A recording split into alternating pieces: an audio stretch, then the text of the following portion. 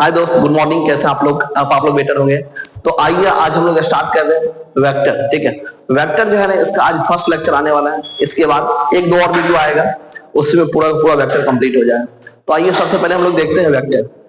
ठीक है, वेक्टर पढ़ने में सबसे पहले जो हमको पढ़ना पड़ता है वो है फिजिकल क्वांटिटी। देखिए फिजिकल क्वांटिटी क्या है। फिजिकल क्वांटिटी,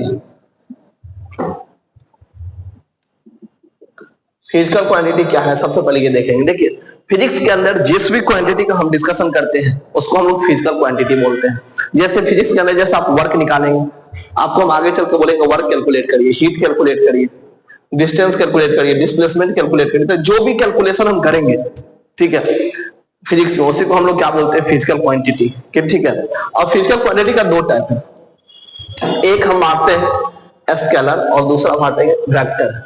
स्केलर देखिए क्या होगा, स्केलर, और दूसरा होगा वेक्टर।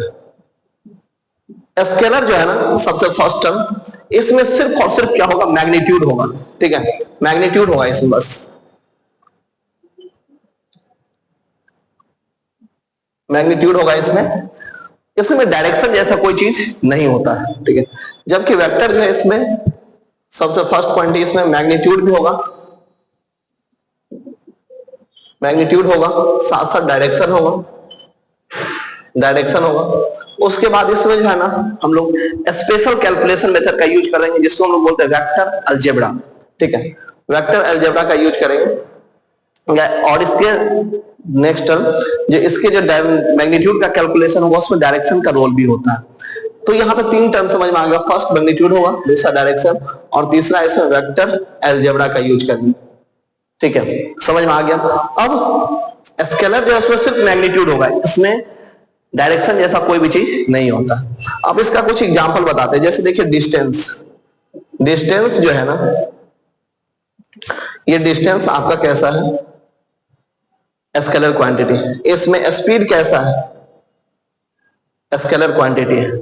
ठीक है, वर्क कैसा है, स्केलर क्वांटिटी। आपको ये नहीं बोलेगा जो वर्क का जो है ना, आई कैप जे कैप डायरेक्शन निकालिए कैसा होगा। वेक्टर के एग्जांपल में आ गया डिस्प्लेसमेंट, डिस्प्लेसमेंट आ गया, वेलोसिटी आ गया, वेलोसिटी हो गया, एक्सीलरेशन हो गया, उसके बाद एक्सीलरेशन हो गया। एक्सीलरेशन के बाद नेक्स्ट टर्म आ गया इसमें फोर्स आ गया।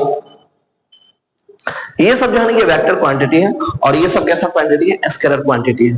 तो जब भी आपसे बोला जाए वेक्टर क्वांटिटी, तो वेक्टर क्वांटिटी ऐसे क्वांटिटी को बोलते हैं, ठीक है, जिसमें मैग्नीट्यूड भी हो, डायरेक्शन भी हो, और कैलकुलेशन के लिए वेक्टर अलजेब्रा का रूल फॉलो करे, उसी को हम क्या बोलते हैं, वेक्टर। समझ में आ गया। स्केलर, स्केलर में क्या था, सिर्फ मैग्नीट्यूड। वेक्टर में मैग्नीट्यूड, डायरेक्शन, उसके साथ साथ स्पेशल मेथड ऑफ कैलकुलेशन है वेक्टर अलजेब्रा। क्लियर है। अब हम लोग समझते हैं नोटेशन ऑफ वेक्टर। वेक्टर को कैसे नोट करेंगे, रिप्रेजेंट करेंगे कैसे। देखिए next point, notation of vector.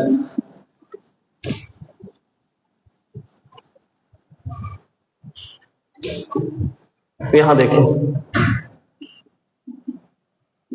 Notation of vector. Notation of vector क्या है, आइए समझते हैं इसको। ठीक है, नोटेशन ऑफ वेक्टर है जो वेक्टर को हम कैसे डिनोट करते हैं।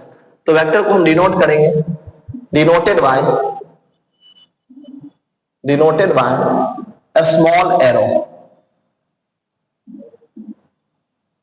स्मॉल एरो से यूज करते हैं। वेक्टर को किससे रिप्रेजेंट करते हैं, स्मॉल एरो से। जैसे देखिए आपको दिखाते हैं, कहीं पे मान लीजिए वेलोसिटी लिखा हुआ, तो भी लिखे ना बस। ठीक है, इसके ऊपर स्मॉल एरो अगर यूज कर देंगे, ये क्या होगा, वेलोसिटी, वेक्टर को रिप्रेजेंट करना। यहां देखिए एक्सीलरेशन, ठीक है, इसके ऊपर स्मॉल एरो कर दिए, मतलब ये कैसा है, वेक्टर है। ठीक है, नेक्स्ट टर्म आता है क्या, जो अगर इसका मैग्नीट्यूड सिर्फ लिखना हो, मैग्नीट्यूड, तो मैग्नीट्यूड के केस में हम कैसे लिख सकते हैं। जैसे देखिए अगर भी लिखा हुआ है, तो ये वेलोसिटी के मैग्नीट्यूड को रिप्रेजेंट करना है। ठीक है, ये ए लिखा हुआ, ये उसके मैग्नीट्यूड को रिप्रेजेंट करना है। इसको हम ऐसे भी लिख सकते हैं, भी को जो है ना मॉड के अंदर डाल देते हैं, तो ये जो डबल लाइन हम लिखे हैं ना, ये मॉड है। तो ये मॉड में जब भी डाल दिए तो ये क्या, किसको रिप्रेजेंट करेगा, मैग्नीट्यूड को। यहां देखिए ये भी है, मॉड के अंदर डाल दिया, मतलब ये क्या लिखा हुआ, वेलोसिटी का मैग्नीट्यूड लिखा हुआ। तो ये जो है ना ये वेक्टर को रिप्रेजेंट करता है, ठीक है। जैसे देखिए डिस्प्लेसमेंट है, वेक्टर को रिप्रेजेंट कर रहा है, लेकिन अगर हम सिर्फ एक्स लिख देंगे, ये क्या मैग्नीट्यूड को रिप्रेजेंट कर रहा है डिस्प्लेसमेंट के। इस या फिर इसको अगर हम एक्स के ऊपर एरो डाल के ऐसे मॉड में डाल दिए तो ये उसके मैग्नीट्यूड को रिप्रेजेंट कर रहा है। क्लियर हो गया यहां तक? चलिए इसके बाद देखें, नेक्स्ट टर्म आता है रिप्रेजेंटेशन ऑफ वेक्टर। देखिए रिप्रेजेंटेशन ऑफ वेक्टर क्या होता है माय डियर स्टूडेंट, कैसे कैसे वेक्टर को रिप्रेजेंट करेंगे, ठीक है। रिप्रेजेंटेशन ऑफ वेक्टर,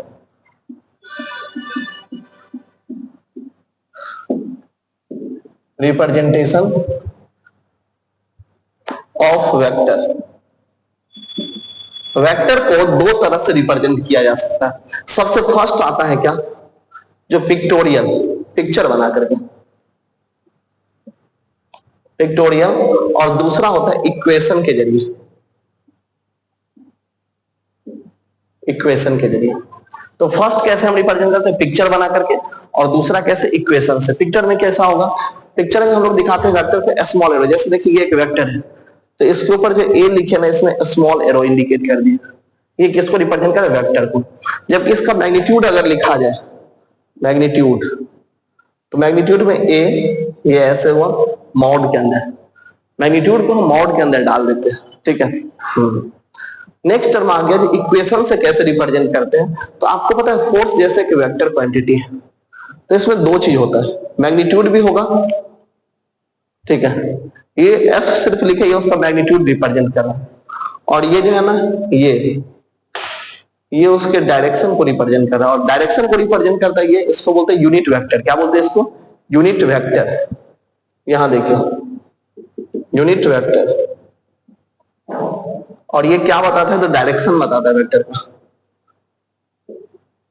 डायरेक्शन, जो किस डायरेक्शन में किधर जाएगा, आई कैप, जे कैप, के कैप, आगे हम देखने वाले हैं। और यूनिट वेक्टर का मैग्नीट्यूड अगर देखा जाए तो मैग्नीट्यूड 1 आता है निकल करके। समझ में आ गया my dear student? Next term देखे बताते हैं आपको, जो अगर जैसे मान लीजिए एक वेक्टर है, फोर्स इक्वल टू दिया गया है, फोर्स वेक्टर इक्वल टू, या फिर इसको अगर आप चाहे तो ऐसे भी लिख सकते हैं, ये पता है ना आपको, force vector equal to F, जो यहां लिखे ये मैग्नीट्यूड को रिप्रेजेंट कर रहा है। आप इसको ऐसे मॉड के अंदर भी लिख सकते हैं, और एफ इसके ऊपर ये हो गया मैग्नीट्यूड, और ये हो गया क्या, यूनिट वेक्टर, ठीक है। ये मैग्नीट्यूड और ये यूनिट वेक्टर। क्लियर हो गया यहां तक? इसके बाद देखिए, अगर आपको मैग्नीट्यूड कैलकुलेट करने के लिए बोला, जैसे देखिए फोर्स वेक्टर इक्वल टू दिया गया है x i cap plus Y J cap plus Z के कैप, ये आपको फोर्स दिया गया, आपको बोलेगा इसका मैग्नीट्यूड निकालिए। मैग्नीट्यूड के लिए आपको क्या करना पड़ेगा, रूट अंडर फोर्स का मैग्नीट्यूड निकालने आप, ये x है ना इसका स्क्वायर कर दीजिए, प्लस y है इसका स्क्वायर कर दीजिए, और z है इसका स्क्वायर कर दीजिए। अब ये क्यों बोले आपको ऐसे स्क्वायर कर दीजिए रूट के अंदर, ये भी हम आगे बताएंगे, ठीक है। आपको बस पेशेंस होकर के रखना है, जो जब भी मैग्नीट्यूड कैलकुलेट करने के लिए बोलेंगे तो कुछ ऐसा ही करना है, आ जाएगा आपका मैग्नीट्यूड निकल करके, ठीक है। और यूनिट वेक्टर का मैग्नीट्यूड कितना होता है, 1 है। आइए इसको एक्सप्लेन कर देते हैं, ठीक है। और एक बात ये समझिए, जो वेक्टर को हम एरो से क्यों रिप्रेजेंट करते हैं, क्योंकि देखिए ये जैसे लिखे तो ये यहां से यहां तक, ये जो लंबाई है एरो का, इसी को तो लेंथ, ये जो एरो का जो लेंथ है, तीर का जो लंबाई है, उसी को तो मैग्नीट्यूड बोलते हैं। देखिए जैसे यहां से यहां तक लेंथ अगर 10 है, तो ये 10 क्या है, ये 10 मैग्नीट्यूड है, ठीक है। 10 मीटर या सेंटीमीटर जो भी है वो उसका मैग्नीट्यूड है। और ये जो एरो का ये जो डायरेक्शन हेड है, ये हेड इसको किसको रिप्रेजेंट करता है, डायरेक्शन। तो समझ में आ गया, वेक्टर को इसी वजह से हम एरो से रिप्रेजेंट करते हैं, क्योंकि एरो का जो लंबाई है यहां से यहां तक, ये इसका मैग्नीट्यूड बताता है, नंबर बताता है, जबकि इसका जो ये हेड जो है वो वेक्टर का डायरेक्शन बताता है। क्लियर हो गया? नेक्स्ट पॉइंट समझिए क्या है, आइए एक क्वेश्चन लेते हैं और प्रूव करते हैं यूनिट वेक्टर का मैग्नीट्यूड 1 कैसे है। देखिए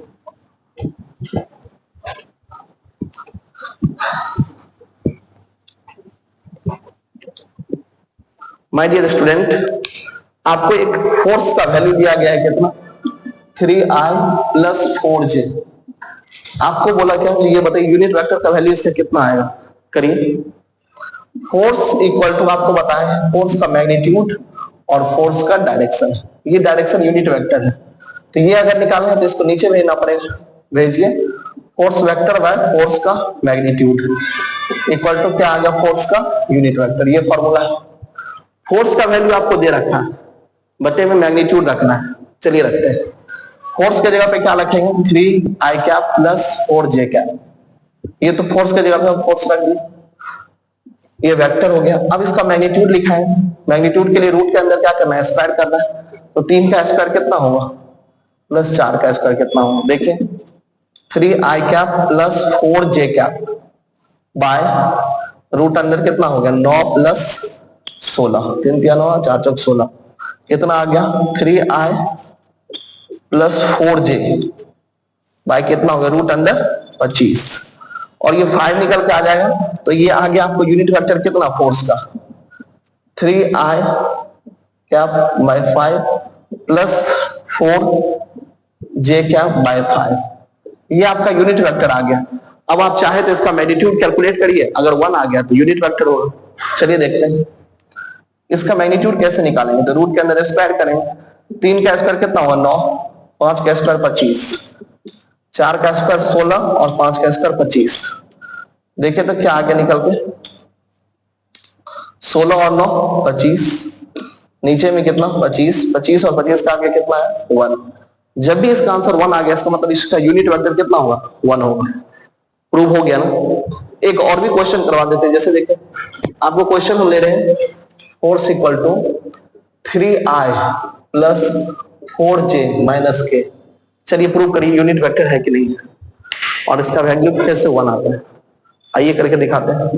एकदम सिंपल है ये सब, कहीं से भी कोई डिफिकल्ट नहीं है, तो ट्राई करेंगे एकदम इजी वे में हो जाए। देखिए फोर्स के जगह पे फोर्स रखेंगे बट इसका मैग्नीट्यूड रखेंगे, तभी तो निकल के आता है फोर्स का यूनिट वेक्टर। रखिए फोर्स के जगह पे कितना है 3i cap plus 4j cap minus k cap by, इसका मैग्नीट्यूड निकालना है, रूट के अंदर स्क्वायर करना है, 3 का स्क्वायर 9, 4 का स्क्वायर 16 और 1 है तो प्लस माइनस 1 का स्क्वायर, ठीक है। तो देखिए यहां से क्या निकल के आ गया 3i cap plus 4j cap minus k cap by 16 और 9 25 और 1 26, रूट अंदर 26 आ गया, ये आपका फोर्स का यूनिट वेक्टर निकल के आ गया। अब अगर आपका मन करे तो इसका मैग्नीट्यूड निकाल के देखिए 1 आता है कि नहीं आता, तो चलिए इसका मैग्नीट्यूड निकालते, 3 का स्क्वायर कितना आएगा 9 बाय 26, 4 का स्क्वायर कितना आएगा 16 बाय 26, और माइनस जो है ना ये तो प्लस हो जाएगा स्क्वायर होने का 1 बाय 26, देखिए कितना निकल के आ गया, ऊपर में 16 ना 25 है 26, नीचे भी क्या है 26 मतलब 26, 26 करके 1 आ गया, ये कैसा वेक्टर है, यूनिट वेक्टर है। प्रूव हो गया यहां तक। इसके बाद हम लोग देखने जा रहे हैं नल वेक्टर। नल वेक्टर वो वेक्टर होता है, नल वेक्टर वो वेक्टर जिसका मैग्नीट्यूड 0, क्या होगा मैग्नीट्यूड 0, मैग्नीट्यूड अगर कैलकुलेट किया 0 आ गया मतलब वो कैसा वेक्टर है, नल वेक्टर। इसके बाद टर्म आ गया इक्वल वेक्टर। देखिए इक्वल वेक्टर क्या, इक्वल वेक्टर होता है क्या, आइए इक्वल वेक्टर, इक्वल वेक्टर देखिए जैसे आपके सामने हम दिखा रहे हैं, ये एक वेक्टर है ए वेक्टर, ये दूसरा वेक्टर है बी वेक्टर, ये दोनों वेक्टर का अगर मैग्नीट्यूड भी सेम है, देखिए लंबाई यहां से यहां तक सेम है ना ए और बी दोनों का, तो इसका मतलब इसका मैग्नीट्यूड क्या है, इक्वल है। तो मैग्नीट्यूड भी इक्वल हो और साथ साथ डायरेक्शन भी इक्वल होता है। डायरेक्शन को तो कैप से दिखाते हैं, A cap equal to be का कैप। मैग्नीट्यूड के साथ साथ अगर डायरेक्शन भी इक्वल हो किसी दो वेक्टर का तो उसको हम बोलते हैं इक्वल वेक्टर, ठीक है। देखिए मैग्नीट्यूड भी इक्वल है और डायरेक्शन भी इक्वल है, देख रहे हैं इधर ही डायरेक्शन है इधर ही डायरेक्शन है, और दोनों का लेंथ यहां से यहां तक दोनों क्या है सेम, मतलब मैग्नीट्यूड भी क्या है सेम, मैग्नीट्यूड क्या है सेम। क्लियर हो गया। नेक्स्ट टर्म आता है opposite vector. Opposite vector, opposite vector में क्या है देखिए बताते हैं। इधर से इधर जैसे ये ए वेक्टर हुआ और इधर से इधर ये क्या है बी वेक्टर, तो देखिए लंबाई तो यहां से यहां तक सेम है दोनों में, मतलब मैग्नीट्यूड दोनों में सेम है, लेकिन डायरेक्शन क्या अपोजिट है। तो ए वेक्टर का मैग्नीट्यूड इक्वल है किसके, बी वेक्टर के मैग्नीट्यूड के, लेकिन डायरेक्शन उल्टा है। तो ए वेक्टर का यूनिट वेक्टर होगा ये माइनस है बी वेक्टर, तो इस वेक्टर को हम कैसा बोल देते हैं, बोल देते हैं निगेटिव वेक्टर है ये। कैसा वेक्टर हो गया, निगेटिव। इसके बाद आ गया क्या, निगेटिव या अपोजिट वेक्टर, उसी का नाम है, ठीक है। नेक्स्ट टर्म आता है क्या, एक्सिस। समझिए एक्सिस कौन कौन सा है।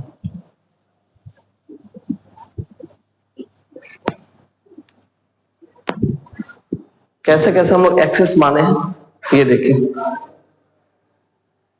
सबसे फर्स्ट हम लोग देखते हैं, देखिए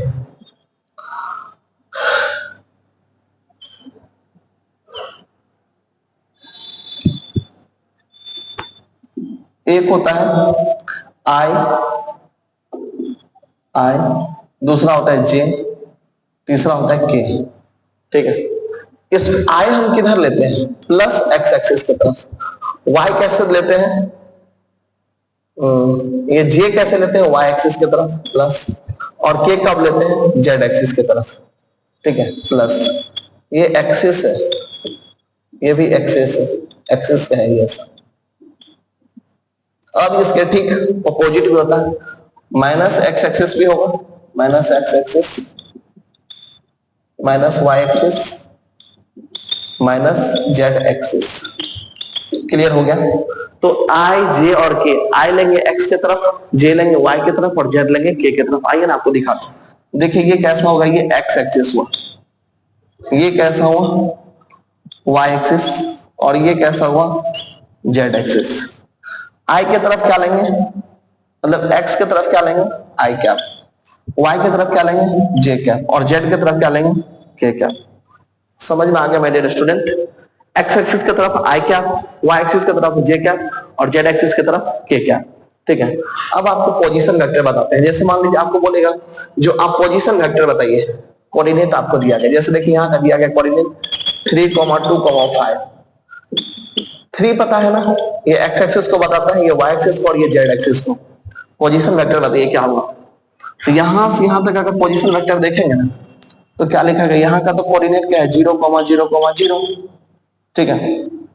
तो चलिए 3 एक्स एक्सिस में है तो आई कैप, 2 वाई एक्सिस में है तो 2 जे कैप, और 5 जो है ना ये जेड एक्सिस में है तो 5 के कैप।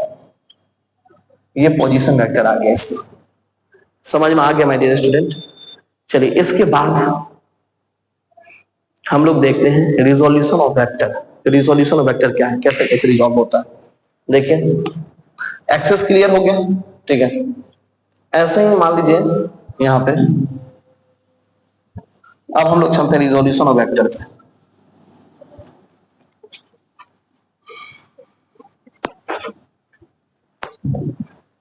रिजोल्यूशन ऑफ वेक्टर में क्या आएगा, जैसे देखिए कोई एक फोर्स लग रहा है एफ, ठीक है, किसी एंगल पे, इधर की तरफ ये एंगल है थीटा। तो ये जो फोर्स है ना इसका 2 कंपोनेंट टूटेगा, ये एक एक्स एक्सिस के अबाउट और दूसरा टूटेगा वाई एक्सिस के अबाउट। तो एक्स एक्सिस की तरफ जो टूटा है इसको एफ एक्स बोल दिए, ठीक है, एफ एक्स, और वाई एक्सिस की तरफ जो टूटेगा उसको एफ वाई बोलते हैं। तो यही कहा जाता है जो फोर्स कभी भी अगर किसी एंगल पे लगता है ना तो उसका 2 कंपोनेंट टूटता है, एक एक्स की तरफ दूसरा वाई की तरफ, मतलब जो है ना परपेंडिकुलर डायरेक्शन में दो जो है, एक एक्स में और दूसरा वाई में। समझ में आ गया। और एक बात और समझिए, वेक्टर में शिफ्टिंग पॉसिबल है, ठीक है। जैसे मान लीजिए वेक्टर अगर ऐसे है तो इसको हम यहां पे रखें या फिर यहां पे रखें, बात सेम है।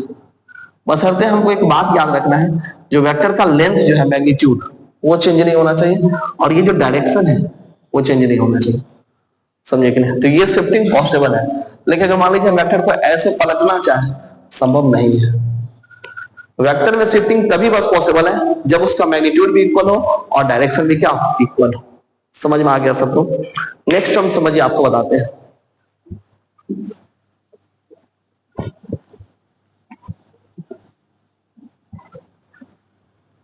देखिए यहां पे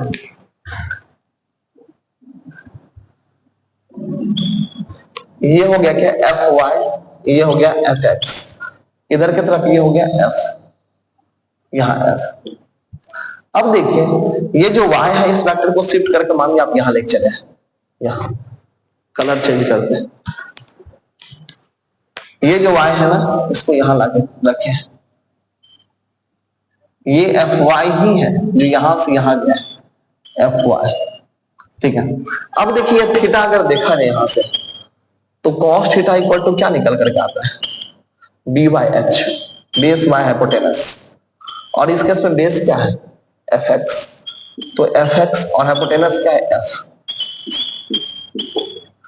तो कॉस थीटा इक्वल टू क्या आया F X by F, F X equal to क्या होगा, ये तो इधर चले जाएगा, तो F cos theta equal to आ जाएगा एफ एक्स, ठीक है।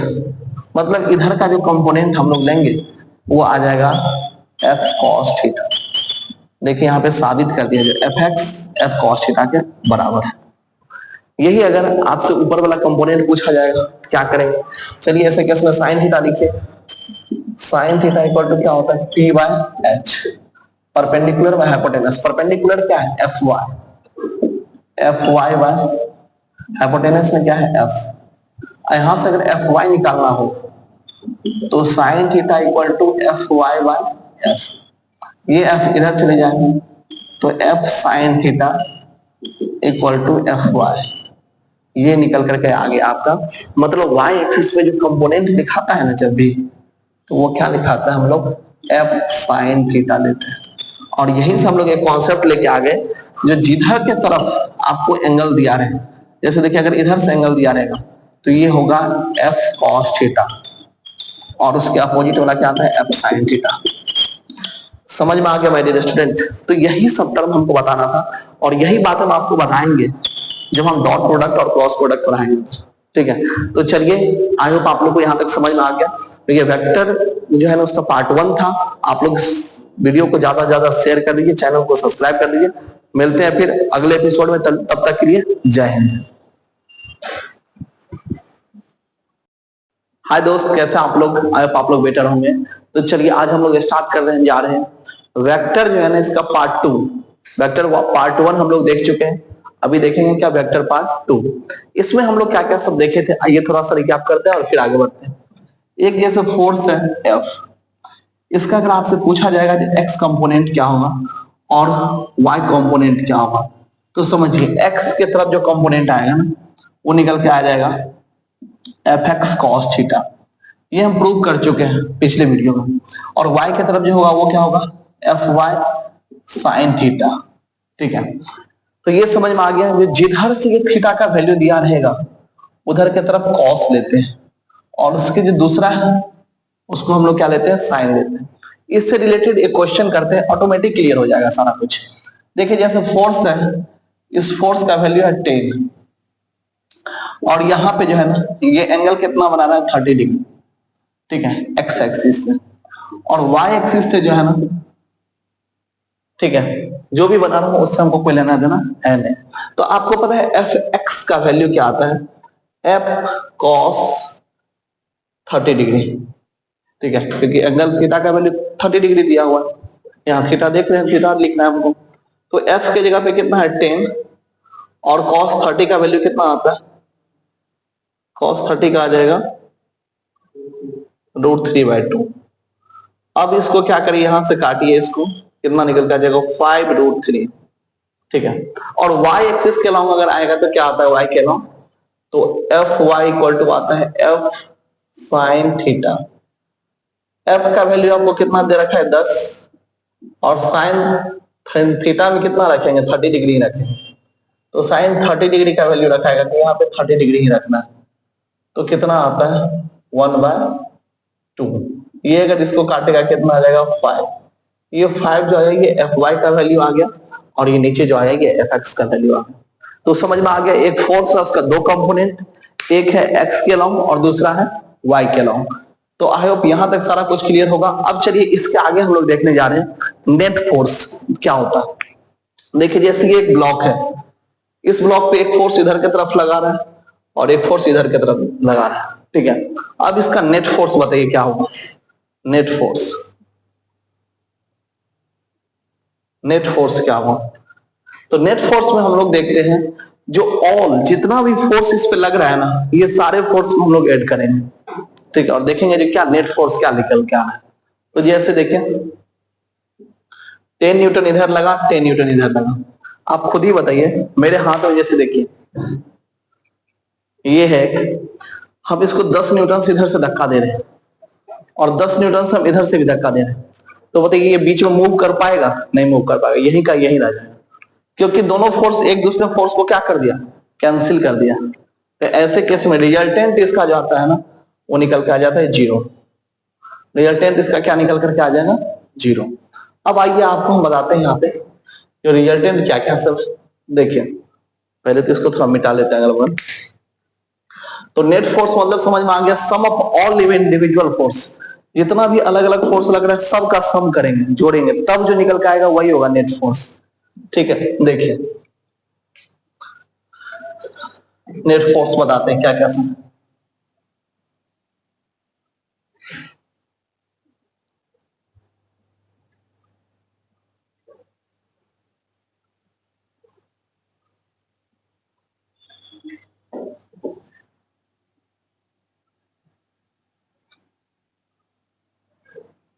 देखिए सबसे फर्स्ट पॉइंट आ गया इसमें क्या,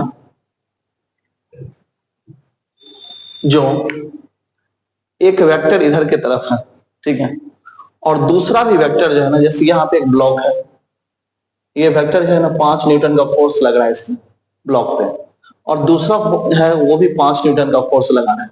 तो आप नेट फोर्स बताइए। नेट फोर्स जो है ना, ये ऐसे केस में 10 निकल के आ जाएगा, क्योंकि सेम डायरेक्शन की तरफ लग रहा है तो जुड़ जाएगा। देखिए कौन ये है, इस पे इधर की तरफ फोर्स लगा रहे हैं और इस हाथ से भी दोनों मिल करके लगाएंगे तो 10 हो जाएगा, जुड़ जाएगा इसमें, ठीक है। तो और ऐसे केस में थीटा कितना आ गया? 0 डिग्री। आप समझिए ये वेक्टर भी इधर ही है और ये वेक्टर भी इधर ही है, तो दोनों के बीच में एंगल कितना है? 0 डिग्री। आप समझिए एक वेक्टर ऐसे, दूसरा वेक्टर ऐसे, तो इसमें कोई एंगल बन ही नहीं रहा है, तो एंगल अगर नहीं बना है तो ये एंगल कितना है? 0 डिग्री। तो जब 0 डिग्री लगता है ना एंगल, तो ऐसे केस में दो वेक्टर जुड़ जाता है आपस में, उसका मैग्नीट्यूड आप डायरेक्ट जोड़ दीजिए। एक और क्वेश्चन करिए, देखिए यहाँ एक ब्लॉक है, इस ब्लॉक पे इधर की तरफ लगा 10 न्यूटन और इधर की तरफ लगा 10 न्यूटन, बताइए रिजल्टेंट क्या आएगा? तो रिजल्टेंट इस केस में भी 0 आएगा, समझे क्या? थीटा पहले बता देते हैं, थीटा इस केस में कितना है? 180 डिग्री। अपोजिट लग रहा है दोनों, तो अपोजिट जब लगता है ना, तो वैसे केस में क्या होता है? कैंसिल हो जाता है, एक दूसरे को कैंसिल कर देता, ठीक है। आप खुद ही देखिए, हम यहाँ हैं, हमारा एक हाथ पर उधर खींचे, दूसरा हाथ पर इधर खींचे, और दोनों अगर बराबर फोर्स लगाएगा तो हम बीच में से कहीं जा पाएंगे? कहीं नहीं जा पाएंगे।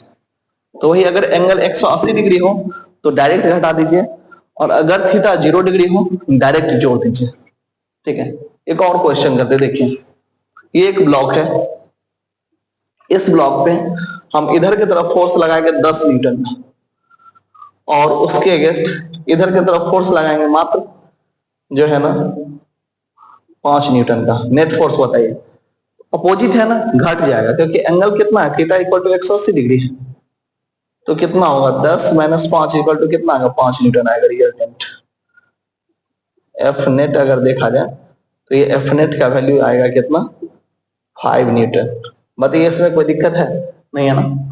अब इसके बाद हम लोग देखने जा रहे हैं एंगल्स ऑफ वेक्टर्स, वेक्टर के बीच में एंगल कैसे निकालेंगे। देखिए इसके लिए हम लोग क्या करेंगे, सिंपल सा फंडा है, जो टेल से वेक्टर के टेल को मिलाएंगे, ठीक है। टी टी टेल से टेल को मिलाइए। वो एक सॉन्ग है ना, तुम तो ठहरे परदेसी, वैसे इसको मिलाना है, टी से टी को मिलाना है, टेल से टेल को मिलाना है। देखिए यहाँ पे जैसे एक वेक्टर इधर की तरफ है, ठीक है, और दूसरा वेक्टर इधर की तरफ है। अब बताइए ये इसका टेल है इस वेक्टर का, और इस वेक्टर का टेल ये है। आपको हम बताएं जो वेक्टर शिफ्टिंग पॉसिबल है, हम चाहे तो इसको उठा के इधर शिफ्ट कर सकते हैं, करिए, देखिए क्या हुआ, वेक्टर को उठा के शिफ्ट कर दिया, ये वेक्टर जो है उसको उठा के उधर शिफ्ट कर दिया, तो देखिए शिफ्ट हो गया, और ये वेक्टर जो इसको ठीक यहीं पे रहने दी, तो बताइए टेल से टेल मिल गया। आप लोग दिल से दिल मिलाते हैं, ये टेल से टेल मिलाता है और इसके बीच का एंगल देखिए 180 डिग्री होगा। तो समझ में आ गया, जब भी आएगा टर्म एंगल ऑफ वेक्टर, क्या आया, angle of vector, angle of vector जब भी आएगा तो उसमें क्या करना है, इसे केस में टेल से टेल को मिलाना है। समझ में आया कि एक के टेल से दूसरे के टेल को मिला देंगे, आ जाएगा एंगल ऑफ वेक्टर। आप देखिए आपको एक क्वेश्चन दिखाते हैं, इस तरह से एक वेक्टर है और दूसरा वेक्टर ऐसे है, ये ए वेक्टर है, ये बी वेक्टर है, और इसके बीच का एंगल मान लीजिए आपको 140 डिग्री दिया हुआ है, ठीक है, 140 डिग्री दिया हुआ। अब आपसे पूछेगा जो बताइए इस दोनों वेक्टर के बीच का क्या एंगल है, तो बताइए इस वेक्टर का जो है ये टेल है, टेल है, लेकिन इस वेक्टर का ये क्या है, हेड है। फोकस लॉक नहीं है क्या, अभी से फ्लक्चुएट भी कर रहा है ना, ठीक है। देखिए इधर, तो इसके टेल से हमको इसके टेल को मिलाना पड़ेगा, कोई बात नहीं मिलाएंगे, तो इस वेक्टर को क्या करेंगे, आगे बढ़ा देंगे ऐसे, ठीक। बस चलिए यहाँ पे हम दिखाते हैं डायग्राम, ऐसे है वेक्टर, इसके ऊपर कुछ ऐसे ड्रॉ कर दिए, क्योंकि ये जो है ना ये पीछे यहाँ पे वेक्टर था, और ये एंगल आपको कितना दिया गया, 140 डिग्री, तो ये स्ट्रेट लाइन पे 180 डिग्री होता है, तो ये एंगल कितना हुआ, 40 डिग्री, यहाँ पे ये कितना होगा, 40 डिग्री, टोटल मिला के 180 होता है ना, 140 और 40 कितना हुआ, 80 हुआ, स्ट्रेट लाइन पे 180 डिग्री का ही एंगल बनता है ना। क्लियर हो गया यहाँ तक। उसके बाद देखिए my dear student, next term आ जाएगा, एक और क्वेश्चन करवाते हैं आपको। ऐसे देखिए, ऐसे कोई ग्राफ है, इस पे ऐसे कोई ग्राफ है, अब ऐसे केस में क्या करेंगे, अगर आपके सामने ऐसे दे दिया 160 डिग्री का वैल्यू, और बोल रहा है जो वेक्टर का डायरेक्शन मतलब एंगल बताइए क्या हो, तो आप इस वेक्टर को आगे शिफ्ट करिए, ऐसे उठा करके यहां से यहां शिफ्ट कर दिए। अब ये कितना बचा, 160 है, और बचा कितना, 20 डिग्री। तो टेल से टेल को मिलाने पे हमको क्या आ जाता है, वेक्टर का एंगल निकल करके आ जाता है, जो दो वेक्टर के बीच में एंगल आखिर है कितना, ठीक है। तो ये जो टॉपिक अपना पढ़ रहे थे हम लोग, एंगल ऑफ वेक्टर, ये आई होप आप लोग को क्लियर हो गया हो। अब चलिए इससे आगे बढ़ते हैं हम लोग, नेक्स्ट पॉइंट क्या है, देखिए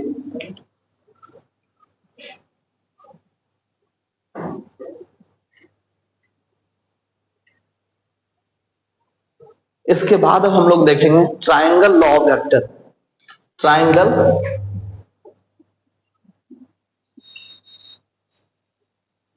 ट्राइंगल लॉ ऑफ वेक्टर,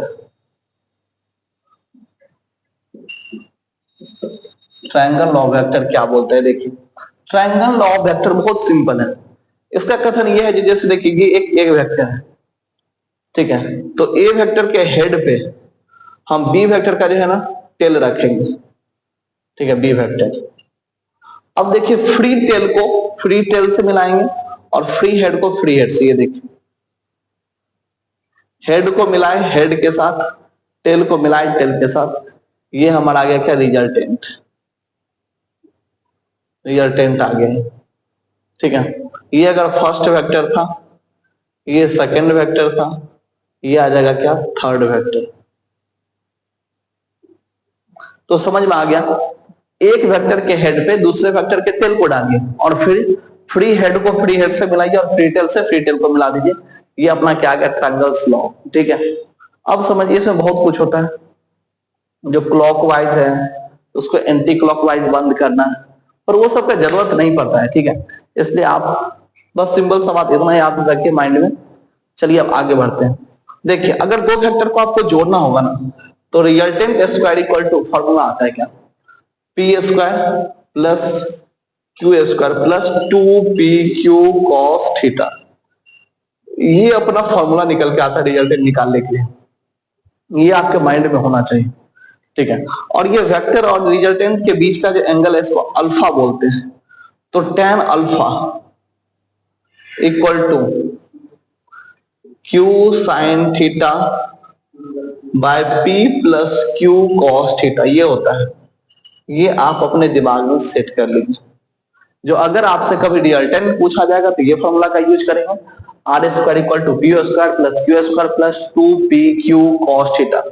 और अगर आपसे टेन अल्फा क्या है, रिजल्टेंट और वेक्टर के बीच का एंगल, तो ये क्या होता है, Q sine theta by P plus Q cos theta. Clear है सबको? ये अपना रिजल्टेंट का फॉर्मूला आ गया। अब चलिए हम लोग इसके बेसिस पे एक क्वेश्चन करते हैं। जैसे देखिए, एक वेक्टर इधर है जिसको P बोल ले, दूसरा वेक्टर इधर है जिसको Q बोल ले, और P और Q आपस में इक्वल है। चलिए इसका रिजल्टेंट बताइए। इसमें एंगल कितना बन रहा है, 90 डिग्री। तो रिजल्टेंट इक्वल टू बताइए, आपको पता ही है, R square equal to P square plus Q square plus 2pq cos theta, ये आएगा फॉर्मूला। इसमें आप सेट करते हैं, देखिए पी स्क्वायर और क्यू स्क्वायर दोनों क्या होगा, सेम होगा। तो R square equal to P square लिखिए प्लस क्यू स्क्वायर को भी पी स्क्वायर लिख सकते हैं क्योंकि दोनों सेम ही है, समझने के लिए। तो क्या आ जाएगा, पी स्क्वायर प्लस कॉस, मतलब 2 पी और क्यू तो सेम ही है, तो 2p स्क्वायर कॉस 90 डिग्री, और कॉस 90 डिग्री का वैल्यू कितना आता है, 0, इसलिए पूरा टर्म ही है क्या हो जाएगा, 0। तो आपको आर स्क्वायर इक्वल टू निकल के आ जाएगा P square plus P square, ठीक है। तो 2 बार p है, तो आर स्क्वायर इक्वल टू आ गया √2, ठीक है। R square equal to 2p square, 2 करते हैं 2p स्क्वायर, और अगर यहां से स्क्वायर हटाएंगे तो r इक्वल टू √2p, ये अपना निकल करके आ जाएगा r इक्वल टू √2p। समझ में आ गया माय डियर स्टूडेंट यहां तक आप लोगों को? अब चलिए इससे आगे बढ़ते हैं, पहले यहां तक मिटाते हैं। देख लीजिए आपको जो समझ में आ गया सारा कुछ, कोई दिक्कत भी है नहीं है ना? देखिए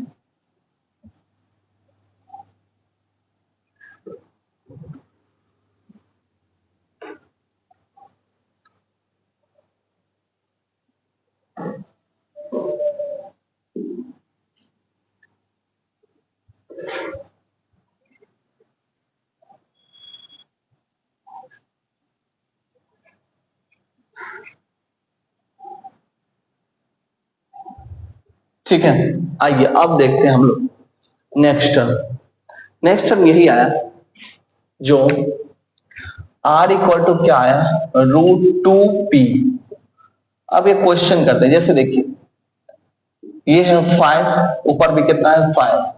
अगर आपसे रिजल्टेंट पूछा जाए तो r इक्वल टू क्या आएगा, 5√2, क्योंकि देखिए इस केस में ये q था, ये p था, और p इक्वल टू q था, तो q के जगह पे 5 और p के जगह पे भी 5, तो रिजल्टेंट क्या निकल के आ गया, 5√2। अब अगर आपको एंगल निकालना हो तो tan alpha equal to q sine theta by p plus q cos theta. अब देखिए इस केस में आप साइन कितना रखने जा रहे हैं, 90 रखने जा रहे हैं। तो साइन 90 अगर आप रखने जा रहे हैं तो 1 आ जाएगा, तो ऊपर बचा सिर्फ क्या, q, और नीचे cos 90 जैसे ही रखेंगे तो cos 90 डिग्री का वैल्यू कितना आता है, 0। ये पूरा टर्म क्या हो गया, 0। तो बचा क्या, p equal to tan theta, मतलब tan अल्फा। देखिए, और tan अल्फा इक्वल टू क्या आ गया, q बाय p। q का वैल्यू कितना है, 5, और p का वैल्यू कितना है, tan alpha equal to q के जगह पे 5, p के जगह पे 5, दोनों कैंसिल होके 1 आया, और tan 1 का वैल्यू कितना आता है, 45 डिग्री। tan 45 डिग्री जो होता है इसका वैल्यू आता है 1, ठीक है। tan अल्फा निकल के आया है 1, तो अल्फा का वैल्यू कितना आ गया, 45 डिग्री। मतलब इसका रिजल्टेंट कहाँ आएगा, ठीक बीचों बीच आएगा, और ये कितना है, 45 डिग्री। मतलब समझ में आया? देखिए एक राजा है, ये जो आर है ना, ये रिजल्टेंट इसको राजा मानते हैं। इस राजा की दो रानी है, एक इधर है और एक इधर है, और दोनों समान खूबसूरत है। तो राजा कहां घर बनाएगा? बीचों बीच, दोनों से बराबर प्यार करे, ठीक है। लेकिन अगर ऐसा सिचुएशन आ जाए जिसमें एक ज्यादा खूबसूरत हो, दूसरा कम खूबसूरत हो, तो तुरंत में राजा का लक्षण बदल जाए। अभी तुरंत बताते हैं, चलिए देखते हैं अब इससे आगे, ठीक है। देखिए एक एग्जांपल लेते हैं।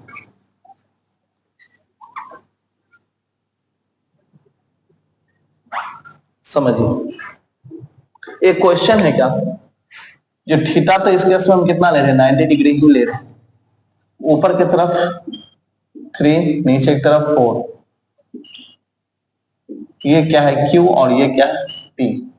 अब देखिए ऐसे केस में resultant R square equal to P square plus Q square plus 2pq cos theta, यही अपना फॉर्मूला, ठीक है। अब ऐसे केस में क्या है, जो अगर cos 90 डिग्री हम रखेंगे, जो कि यहाँ पे 90 डिग्री दिखाया गया, तो वैल्यू कितना आ जाएगा? 0, 0 निकल के आ जाएगा। मतलब ये पूरा का पूरा टर्म क्या हो गया? 0। तो आर स्क्वायर इक्वल टू आता है क्या? P square plus Q square. तो आर इक्वल टू क्या निकल के आ जाएगा? Root under P square plus Q square. अब देखिए पी के जगह पे 3 लिए हैं, क्यू के जगह पे 5 लिए हैं, करिए, मतलब 4 लिए हैं पी के जगह पे। तो आर इक्वल टू 3 का स्क्वायर प्लस 4 का स्क्वायर, यहाँ पे 3 लिए थे ना, देखिए यहाँ पे पी के जगह पे यहाँ पे 4 लिए हैं, तो 4 का स्क्वायर 16, और क्यू के जगह पे 3, 4 का स्क्वायर 3 का स्क्वायर, इतना निकल के आ गया 16 प्लस 9 इक्वल टू निकल के आ गया 5, 25 आया, तो ये निकल के आ जाएगा 5। रिजल्टेंट अपना निकल के आ गया है 5। माय डियर स्टूडेंट, समझ में आ गया? रिजल्टेंट आया 5, और अब एंगल कितना बनेगा ये हम अभी जस्ट आपको बताते हैं। तो 90 डिग्री के सिचुएशन में हम आपको बताए थे, जो tan अल्फा इक्वल टू क्या होता है? Q sin theta by P plus Q cos theta. और साइन थीटा का कितना वैल्यू लेना है? 90 डिग्री, कितना निकल जाता है? 1। तो ऊपर में क्या बचा? tan alpha equal to, tan alpha equal to क्या आ गया? Q बाय cos थीटा का वैल्यू कितना रखेंगे? 90 डिग्री, कितना निकल के आएगा? 0। ये पूरा टर्म क्या है? 0। ये हमेशा के लिए आप याद रखिए, जो 90 डिग्री जब भी एंगल लेगा तो tan alpha equal to Q by P, और Q इस केस में कितना है? 3, और P कितना है? 4, इक्वल टू क्या है? tan alpha. और tan अल्फा इक्वल 3/4। आपको एक बात पता होना चाहिए, tan 3/4 का वैल्यू होता है क्या? 37 डिग्री। 37 डिग्री, मतलब इस बार ये थोड़ा सा टर्न हो गया, एंगल आ गया 37 डिग्री। तो देखिए ये इसका मैग्नीट्यूड 4 लिए थे, ये ज्यादा खूबसूरत है, इसके तरफ टर्न हो गया कि नहीं हो गया? हो गया ना, यही बात है यहाँ पे, समझ में आ गया?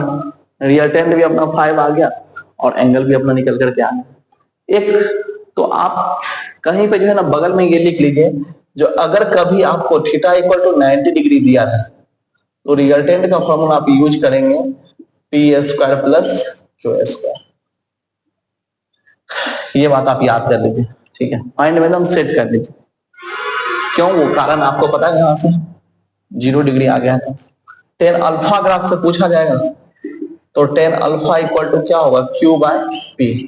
ये भी अपने माइंड में सेट कर लीजिएगा, ठीक है, दिमाग में डाल दीजिए, ताला मारिए और चाबी फेंक दीजिए, ठीक है। चलिए इसके बाद नेक्स्ट क्वेश्चन हम करवाते हैं आपको, उसमें और भी ज्यादा फील आएगा।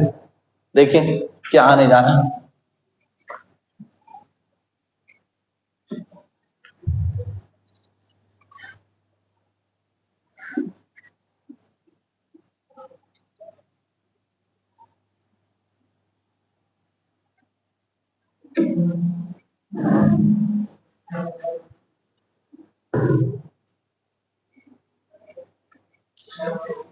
ठीक है। इसके बाद देखिए नेक्स्ट क्वेश्चन हम करने जा रहे हैं, इसमें थीटा इक्वल टू है ना 0 डिग्री दिया है। अब ये क्वेश्चन आपको करना है जिसमें करिए तो सिचुएशन वो 90 डिग्री का फर्स्ट सिचुएशन था, ये 0 डिग्री का सेकंड सिचुएशन है। तो आर स्क्वायर इक्वल टू क्या आएगा, P square plus Q square plus 2 P Q cos 0 degree. ठीक है, तो R square equal to cos 0 का वैल्यू कितना आता है 1, P square plus Q square plus P Q, और cos 0 का वैल्यू कितना आता है 1, 2 1। तो आर स्क्वायर इक्वल टू निकल के आ गया P square plus Q square plus 2 P Q. ठीक है, अब देखिए ये क्या है, p प्लस क्यू का होल स्क्वायर है। ठीक है, तो आर स्क्वायर इक्वल टू अगर आपसे पूछा जाए तो p प्लस क्यू का होल स्क्वायर, क्योंकि होता है ना P square plus Q square plus 2 P Q. तो अगर r इक्वल टू देखा जाए तो p प्लस क्यू। और आप एक बात समझ में आया, जब हम बताए थे एक ब्लॉक है, उस ब्लॉक पे जैसे इधर 10 न्यूटन लग रहा है, सेम इसी डायरेक्शन में अगर 5 न्यूटन लगा तो दोनों ऐड हो जाता है, क्योंकि थीटा कितना डिग्री था 0 डिग्री। 0 डिग्री पे देखिए दोनों जुड़ जा रहे हैं, एक का वैल्यू अगर 10 है दूसरे का वैल्यू 5 है तो रिजल्टेंट कितना आ जाएगा 15 आ जाएगा। समझ में आ गया, यही कारण था जो 0 डिग्री लेने पे हम डायरेक्ट ऐड कर दे रहे। ठीक है, अब इसके बाद नेक्स्ट टर्म आएगा क्या, जो जब हम एंगल कितना लेंगे 180 डिग्री लेके बताते हैं आपको, जितना भी सिचुएशन इसमें हो सकता है सारा का सारा सिचुएशन हम आपको कवर कर देने का ट्राई करें। ठीक है, कुछ छोड़ेंगे ही नहीं। देखिए इसमें आ गया क्या, जो थीटा इक्वल टू आप कितना ले रहे हैं 180 डिग्री, ये तीसरा सिचुएशन है आपके सामने। अब देखिए आर स्क्वायर इक्वल टू क्या आता है, P square plus Q square plus 2 P Q cos theta, और थीटा का वैल्यू कितना रखेंगे, P square plus Q square plus 2 P Q cos 180 degree. Cos 180 degree का वैल्यू कितना था -1। आर स्क्वायर इक्वल टू आ गया P square plus Q square, उसके बाद ये 2 पी क्यू कॉस 180 का वैल्यू कितना था -1, तो कितना आता है R square equal to P square plus Q square minus 2 P Q. और आप देखिए p प्लस क्यू का ये नहीं बल्कि p माइनस क्यू का ये होल स्क्वायर है, तो आर स्क्वायर इक्वल टू निकल के आ गया p माइनस क्यू का whole square, r equal to क्या आ गया p माइनस क्यू। समझ इसमें आएगा। अब देखिए इसमें क्या आ गया, r equal to p minus q. तो आपको समझ में आ गया जो हम आपको बताए थे, जो जब एक ब्लॉक है इस पे फोर्स इधर की तरफ 10 न्यूटन और इधर की तरफ जैसे मान लीजिए अगर 20 न्यूटन लग रहा है, तो एंगल कितना है 180 डिग्री। एंगल के लिए बताए थे टेल से टेल को मिलाना है, तो 180 डिग्री होगा। तो इसमें से देखें 20 माइनस 10 जैसे ही करेंगे तो कितना आएगा, 10 निकल के आ जाएगा, 20 माइनस 10 निकल के आ गया। मतलब अगर अपोजिट होगा ना तो घट जाता है डायरेक्ट। ठीक है, समझ में आ गया यहां तक। ठीक है, इसके आगे हम देखते जा रहे हैं एक और सिचुएशन देखते हैं जिसमें हम एंगल आपको लेने जा रहे हैं 60 डिग्री। ठीक है, 60 डिग्री रख के देखते हैं क्या निकल जाता है।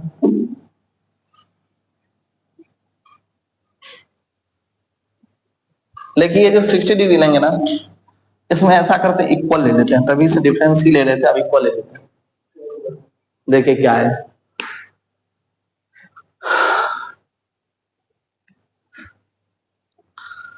सिक्सटी डिग्री ले रहे हैं और ये कैसा 4 है, theta equal to 60 degree. R square equal to पता ही आपको p square plus Q square plus 2 P Q cos 60 degree, और cos 60 का वैल्यू होता है कितना 1/2। ठीक है, तो चलिए करते हैं इसमें P square plus Q square, p equal लिए हुए हैं q के, एक वेक्टर जैसे इधर है, दूसरा वेक्टर इधर है, दोनों के बीच का एंगल कितना लिया हुआ है? 160 डिग्री लिया हुआ है, 60 डिग्री। और इसमें P और Q दोनों आपस में इक्वल है। तो देखिए क्या हुआ, +2 PQ, उसके बाद 1/2 हुआ, 2 से 2 गया, ठीक है। अब एक बात देखें, P² तो सही है, Q² की जगह पे भी क्या आएगा?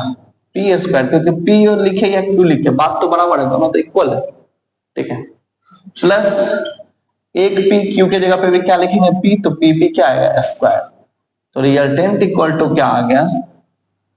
3P² और R इक्वल टू क्या आ गया? √3P। माय डियर स्टूडेंट, समझ में आ गया आपको यहां तक सारा कुछ? ठीक है, देखिए अब ऐसे केस में P और Q इक्वल है आपस में। हम बताए थे दोनों रानी क्या है? इक्वल है। तो रिजल्टेंट कहाँ है? राजा का घर कहाँ होगा? बीचों बीच होगा यहाँ पे। तो बीचों बीच अगर हुआ तो एंगल कितना होगा? 30 डिग्री। समझ में आ गया यहां तक? चलिए क्या बोलते हैं इसके बाद शायरी उड़ी भी हो जाए क्या? पहले जल्दी से वेक्टर को निपटाते हैं। और पता है वेक्टर का 3 ही वीडियो आएगा बस। हम ट्राई करने कि 1 से 1.5 घंटा का वीडियो तीनों मिला करके आप देखिए और पूरा वेक्टर को धुआं धुआं करिए। और यही वेक्टर पढ़ाने में स्टार्टिंग टाइम आप देखते होंगे ऑर्गेनाइजेशन सब में 2-2 महीना से वेक्टर चल रहा है, वेक्टर चल रहा है, पता नहीं वो किधर चले जाता है। मेडिकल कॉलेज यहाँ है तो वेक्टर चलते चलते इधर से निकल गए, समझे कि? आज जब इधर से निकल गया, आप बोले सर आप तो इधर लेके जा रहे थे, तो बोले अब रिजल्टेंट आया, समझे कि नहीं? तो वो सब सिचुएशन से बच के रहना है। एकदम पूरा कोई क्वेश्चन जो है ना उसको सॉल्व करना है, ये सबसे बाहर कुछ नहीं आएगा, ठीक है। चलिए नेक्स्ट पॉइंट हम लोग देखते हैं, जिसमें हम लोग एंगल कितना लेते जा रहे हैं? 120 डिग्री। आइए देखिए 5वां नंबर पॉइंट,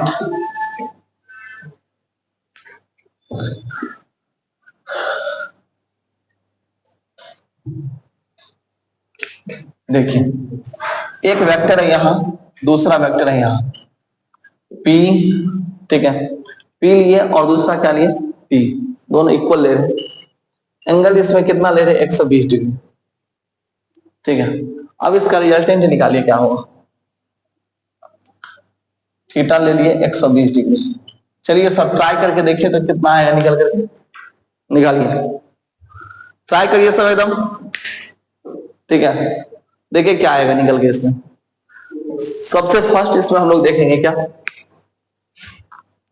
जो R² इक्वल टू क्या है? P² plus Q² plus 2PQ cos 120 degree. और cos 120 का वैल्यू कितना आता है? ठीक है, -1/2 आएगा।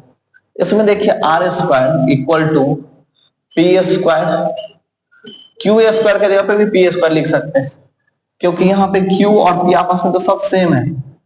इधर भी जो है ना, जिस मान लीजिए ये Q ले रहे हैं, सेम है, तो P² प्लस 2P और Q भी क्या है? P के बराबर है, P² लिख दिए। cos 120 का वैल्यू कितना? -1/2, यहां से ये गया, तो R² इक्वल टू निकल के आ गया P² plus P² minus P²। अब P² खत्म हो गया, दोनों निकल गया, दोनों बोलता मैं हूं ही नहीं इस दुनिया की, समझे? दोनों चलकल्टी मार दिया। अब R² इक्वल टू क्या आ गया? P², तो R इक्वल टू क्या आ गया? P। समझ में आ गया? पूरा पीजिए एकदम, पूरा पीते चलिए एकदम, ठीक है। फॉर्मूला सब एकदम पी जाइए। तो वो देखिए ऐसे केस में क्या आ गया, जो इधर और इधर दोनों जब इक्वल है, यहाँ पे जो है ना P ही लिख दी, क्योंकि P और Q तो सेम ही था।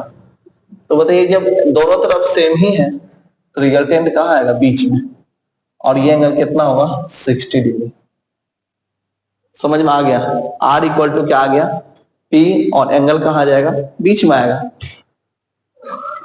समझ में आ गया यहाँ तक? एक क्वेश्चन करवाते हैं इस पे, देखिए इसका सबसे ज्यादा यूज कहाँ होता है पता है? केमिस्ट्री में होता है, जब आप BF3 निकालते हैं। देखिए B, F और F निकालते हैं। तो ये सिचुएशन देखिए कैसा सिचुएशन है। इस सिचुएशन में इधर की तरफ भी फ्लोरीन खींच रहा होता है, इधर की तरफ भी फ्लोरीन, इधर की तरफ भी फ्लोरीन। तो देखिए ये और ये दोनों का रिजल्टेंट कहाँ आता है, बीच में, और इधर की तरफ ये खींच ही रहा है, तो अपोजिट डायरेक्शन में होता है, तो इसका मैग्नेटिक मोमेंट इसलिए क्या निकल के आता है, जीरो निकल के आता है। यहाँ पे इसका बहुत यूज होता है, ठीक है, इसलिए इसको आप समझ में आ गया होगा। एक क्वेश्चन करवाते हैं, देखिए देखिए इधर की तरफ एक वेक्टर है, दूसरा वेक्टर इधर है और तीसरा वेक्टर इधर है। इसके बीच का एंगल 120 डिग्री है, 120 डिग्री है, 120 डिग्री। रिजल्टेंट बताइए क्या होगा। तो ये भी P है, ये भी P है और ये भी P है। 120 डिग्री जब भी आए तो बीचों बीच आएगा यहाँ पे, और इसका भी वैल्यू कितना है, रिजल्टेंट का P। P और P कैंसिल हो जाएगा एक दूसरे को, रिजल्टेंट इक्वल टू 0 आ जाएगा। समझ में आ गया। तो माय डियर स्टूडेंट, यहां तक जो है ना, ये था अपना वेक्टर का पार्ट 2। रोकिए बंद।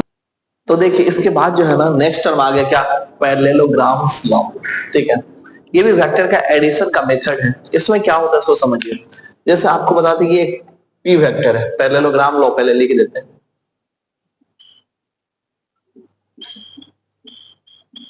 पैरेललोग्राम लॉ अभी हम लोग पढ़ने जा रहे हैं, ठीक है। ये भी वेक्टर का एडिशन का मेथड है। हम लोग ट्रायंगल लॉ पढ़े थे ना, सेम वैसे ही हम लोग अब पैरेललोग्राम लॉ देखते हैं। इसमें क्या होता है, जैसे देखिए ये एक पी वेक्टर है और ये एक क्यू वेक्टर है, क्यू वेक्टर है, ठीक है। तो पी वेक्टर जो है, इसके पैरेलल एक वेक्टर ड्रॉ करिए। देखिए इसके ठीक पैरेलल ऊपर यहां हम ऐसे वेक्टर ड्रॉ किए, और क्यू है, ये देखिए पी के पैरेलल ड्रॉ किए थे, और क्यू है, क्यू के ठीक पैरेलल एक ड्रॉ करिए ऐसे। तो देखिए ये कुछ ऐसा बना पैरेललोग्राम जैसा। अब इसका जो ये जो डायगोनल है, ये आपको रिजल्टेंट बताता है, ठीक है। और आप देखेंगे तो ट्रायंगल्स लॉ ही तो है, ट्रायंगल लॉ पे भी बताए थे, जो पी वेक्टर, फिर ये क्या हो गया क्यू वेक्टर, और फिर ये क्या था, उसका रिजल्टेंट था। यही बात तो सेम है वहां पे भी। तो पैरेललोग्राम्स लॉ और ट्रायंगल लॉ में कोई ज्यादा डिफरेंस नहीं है। अब सबसे जो इंपॉर्टेंट है वो है क्या, लॉ ऑफ पॉलीगॉन, ठीक है। ये बहुत इंपॉर्टेंट है, इसको सब समझिए। लॉ ऑफ पॉलीगॉन,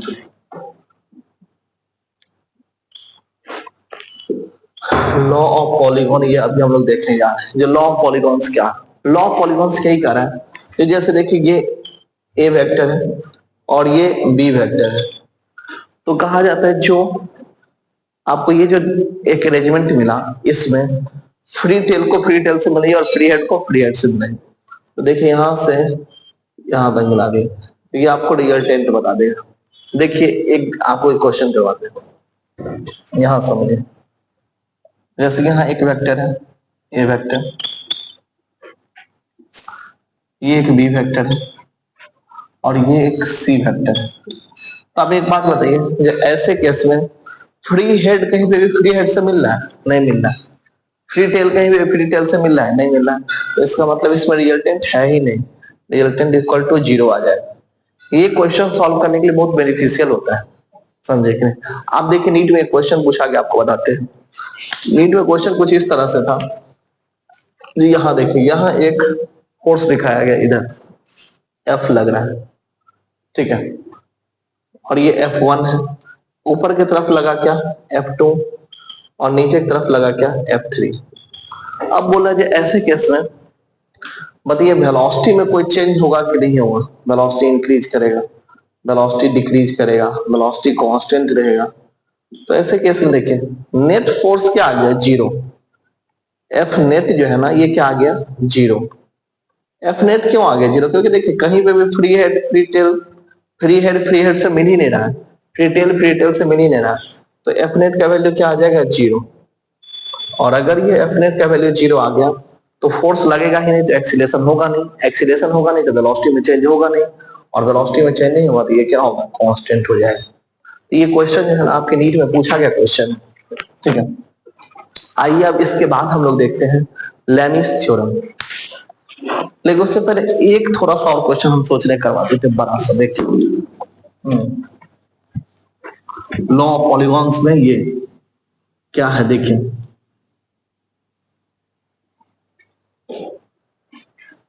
सबसे फर्स्ट समझिए, यहां पे एक वेक्टर है ऐसे पी वेक्टर, फिर ये है क्यू वेक्टर, फिर ये है आर वेक्टर, फिर है एस वेक्टर, फिर है टी वेक्टर।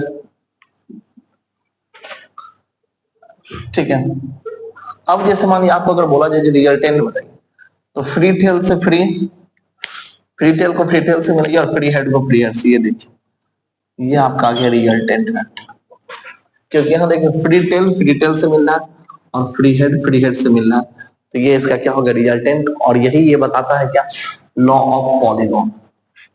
समझ में आया कि जिसमें आपको बहुत सारा वेक्टर दिया रहे, तो वैसे केस में आप कैसे कैलकुलेट करेंगे। और ये याद रखिए जब क्लोज लूप बन गया तो उसका रिजल्टेंट तो क्या करना पड़ेगा, क्लोज लूप। तो आपको वैसे केस में यहाँ पे देखिए आपको अभी हम जस्ट बताइए ऐसे गया, फिर ये ऐसे गया, फिर ये ऐसे गया, तो ये क्लोज लूप बन गया और इसमें कहीं फ्री हेड से नहीं मिल रहा है, फ्री टेल से नहीं मिल रहा है, तो मतलब इसका रिजल्टेंट क्या होगा, जीरो।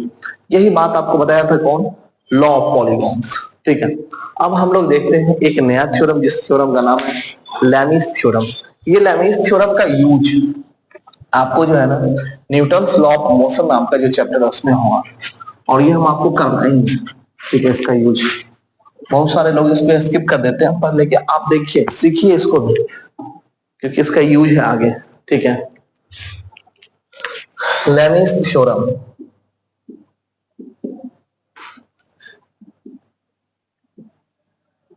लेमिस थ्योरम क्या है ये समझिए। देखिए यहाँ पे एक फोर्स लग रहा है इधर की तरफ F1, या इसको F2 ले लेते हैं। इधर की तरफ लग रहा है, इसको हम F1 ले लिए, और नीचे की तरफ लग रहा है इसको हम F3 ले लिए। यहां जो लग रहा है इसको अल्फा लिए, इधर जो लग रहा है ये लिए, और इधर जो लग रहा है इसको बीटा लिए। चलिए लेमिस थ्योरम क्या कर रहे हैं, जो F1, F2, F3 और अल्फा बीटा और गामा के बीच में रिलेशन बताता है। ठीक है, तो इसके लिए क्या होगा, F1 किसके सामने, अल्फा के सामने, तो F1 बाय साइन अल्फा। देखिए इक्वल टू किसके इक्वल है ये, F2 के। F2 ये किसके इक्वल है, F2 के ठीक सामने क्या है, बीटा बाय साइन बीटा। समझ में आ गया। F3 जो है वो किसके इक्वल है, सामने वाला एंगल कौन सा है, साइन गामा, तो F3 बाय साइन गामा। ये ही है आपका लेमिस थ्योरम। समझ में आया कि नहीं, तो समझ में आ गया। ठीक है, ये आपका बताता है लेमिस थ्योरम। इसके बाद हम लोग देखेंगे सब्ट्रैक्शन ऑफ वेक्टर। ठीक है, एक बात आप जानते हैं, वेक्टर का एडिशन इतना सारा पढ़ने को मिलता है, जैसे triangle law of addition and parallelogram law, polygons law, लेकिन कहीं पे सब्ट्रैक्शन के बारे में आप लॉ नहीं पढ़े होंगे। समझे क्यों नहीं पढ़े लॉ उसके बारे में, उसके पीछे भी रीजन है, आइए बताते हैं। यही सब बात है ना समझने के लिए, जो आपको जो है ना आपका कॉन्सेप्ट और क्लियर करेगा। देखिए क्या है सब्ट्रैक्शन ऑफ वेक्टर।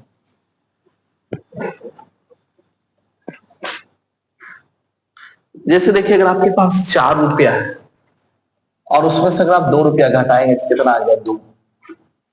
ठीक है, पर लेकिन मान लीजिए जो आपको घटाव नहीं आता, आपको सिर्फ जोड़ आता, तो आप क्या करेंगे, 4 रुपया में अगर आप जोड़ देंगे -2 रुपया, फिर भी देखिए 2 ही आए।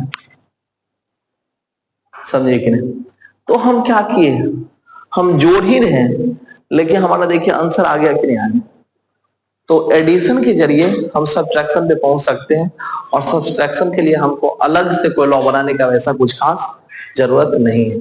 जैसे आपको देखिए बताते हैं P vector minus Q vector है, ये आप नहीं पढ़े, लेकिन आप एडिशन तो पढ़े हैं। तो P vector plus minus Q vector अगर कर देते हैं तो बात सही आ जाएगा कि नहीं। ये लिखिए आप या ये लिखिए, बात सेम आ जाता है। तो सब्ट्रैक्शन जो है ना वो एक एडिशन ही है कि नहीं, उसी का फॉर्म है। ठीक है, एक आइए ना आपको दिखाते, जैसे देखिए पी वेक्टर इधर की तरफ, क्यू वेक्टर इधर की तरफ। अब अगर हमको निगेटिव करना है तो यहाँ पे क्यू का बस डायरेक्शन नीचे कर देंगे, माइनस क्यू आ जाएगा ये। ठीक है, समझ में आया? इससे रिलेटेड एक क्वेश्चन करिए, ऑटोमेटिक क्लियर हो जाएगा सारा कॉन्सेप्ट। देखिए आपको ये पता होना चाहिए, जो एक जो है ना ऊपर की तरफ क्या होता है नॉर्थ, नीचे की तरफ साउथ, इधर की तरफ वेस्ट और इधर की तरफ ईस्ट। ठीक है, एक इंसान है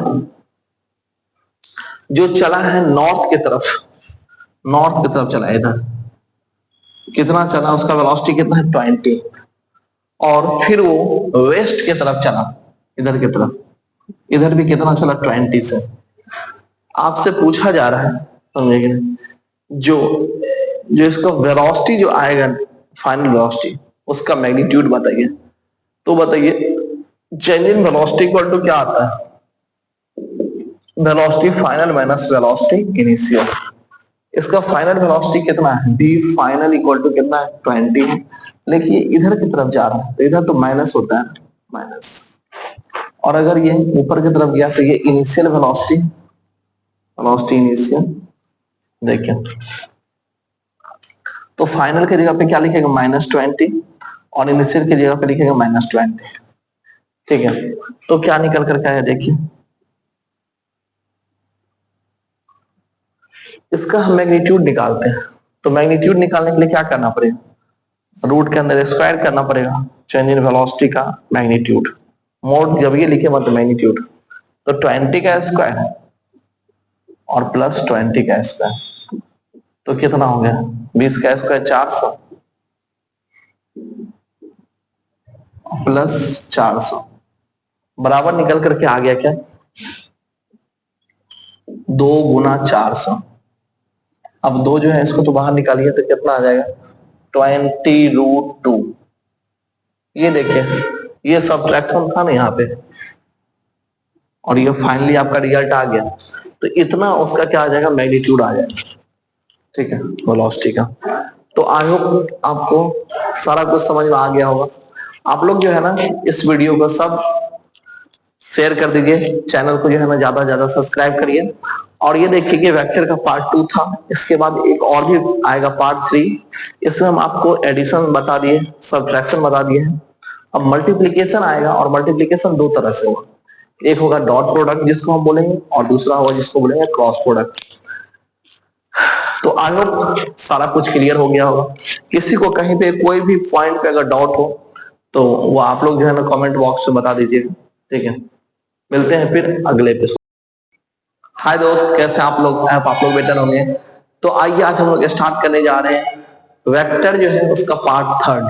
ठीक है, ये वेक्टर पार्ट 3 है। ठीक है, वेक्टर का पार्ट 3 हम लोग स्टार्ट करने जा रहे हैं 3। ठीक है, ये अप्रोक्सीमेट 30 से 35 मिनट का वीडियो होगा, और इसी के साथ ना ये वेक्टर क्या हो जाएगा, धुआं धुआं। ठीक है, तो चलिए देखिए हम लोग पढ़ते हैं। इसके बाद जो देखेंगे हम लोग ये देखेंगे, सबसे पहले हम लोग एडिशन और सब्ट्रैक्शन देख चुके हैं वेक्टर में। आज हम लोग देखने जा रहे हैं मल्टीप्लीकेशन ऑफ वेक्टर। आइए टॉपिक देते हैं मल्टीप्लीकेशन ऑफ वेक्टर। ठीक है,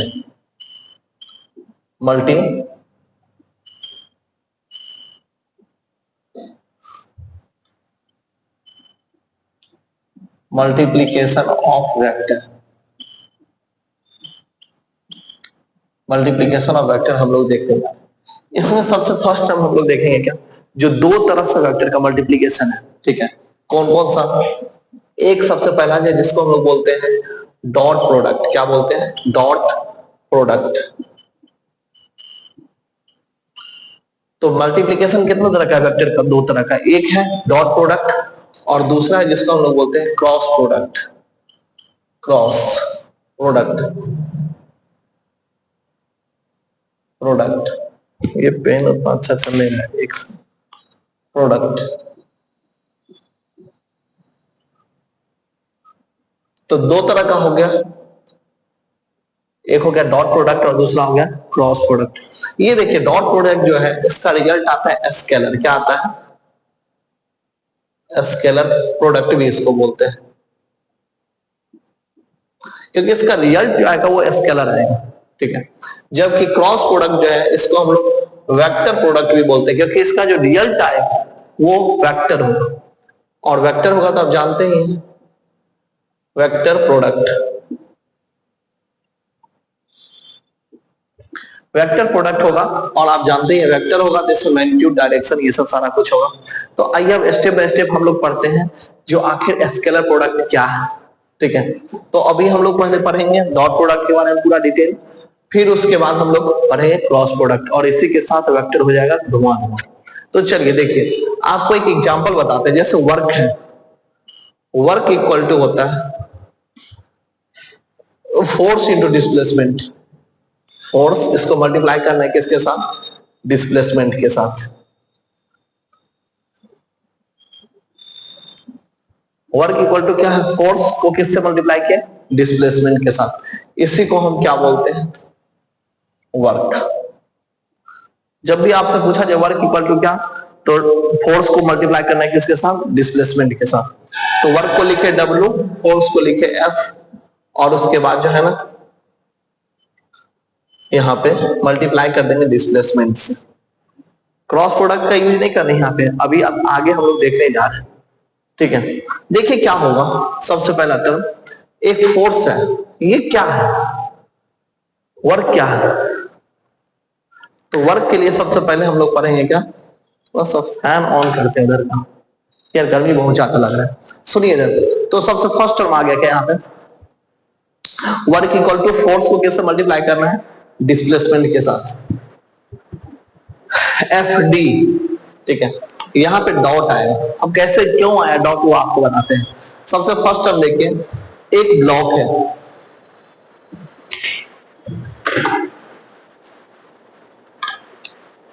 यहां देखें एक ब्लॉक है,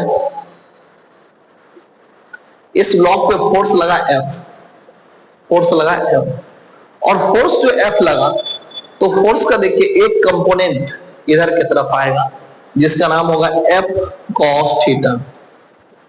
ठीक है, क्योंकि इधर से एंगल दिया हुआ तो इधर की तरफ क्या होगा? F cos theta. अब देखिए इस F cos थीटा जो फोर्स लगा इसके वजह से ये ब्लॉक वहां से मूव करके यहां आ गया, तो बताइए इसका डिस्प्लेसमेंट अगर D हुआ, डिस्प्लेसमेंट क्या हुआ? D। तो आप वर्क इक्वल टू क्या पढ़े हैं? वर्क इक्वल टू होता है फोर्स को किससे मल्टीप्लाई करना है? डिस्प्लेसमेंट के साथ। तो फोर्स की जगह पे क्या आएगा? F cos थीटा, और डिस्प्लेसमेंट की जगह पे D। तो वर्क इक्वल टू आप लिखना चाहे FD cos थीटा, लिख सकते हैं कि नहीं लिख सकते हैं? और यही डॉट प्रोडक्ट को तो यही हम बोलते हैं, जो या तो आप work equal to F dot D लिखिए, या तो फिर वर्क इक्वल टू आप FD cos थीटा लिखिए। अब आपके मन में आएगा जी सर वर्क सिर्फ cos थीटा के अलॉन्ग ही क्यों लिए? क्योंकि एक बात समझिए, आप लोग जब भी पढ़े होंगे वर्क तो उसमें क्या पढ़े हैं? जो वर्क हमको उस डायरेक्शन में देखना होता है जिस डायरेक्शन में क्या होता है? डिस्प्लेसमेंट। ठीक है, तो डिस्प्लेसमेंट और फोर्स ये दोनों का डायरेक्शन सेम होना चाहिए। देखिए डिस्प्लेसमेंट इधर की तरफ हुआ और इधर की तरफ फोर्स क्या है? F cos theta.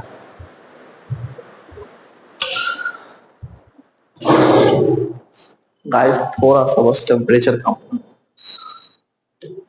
ठीक है, तो क्या बताएं, जो वर्क में क्या देखा था? Force into displacement.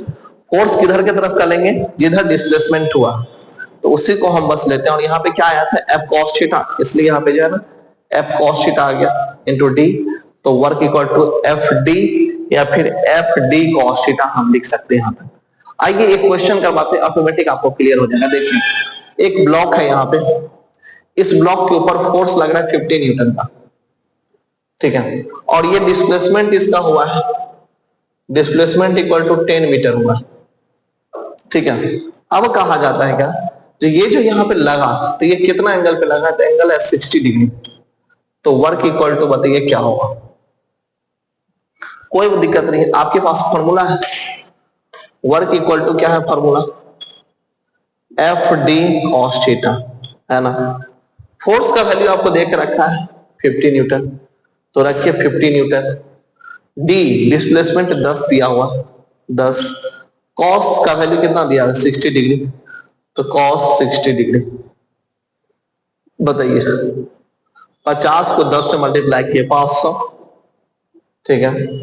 और cos 60 का वैल्यू कितना था 1/2, ये कटा, वर्क आ गया 250 जूल। बताइए समझ में आ गया यहां तक। तो वर्क क्या होता है, फोर्स और डिस्प्लेसमेंट सेम डायरेक्शन में होगा तभी हम वर्क काउंट करेंगे, ठीक है। समझ में आ गया।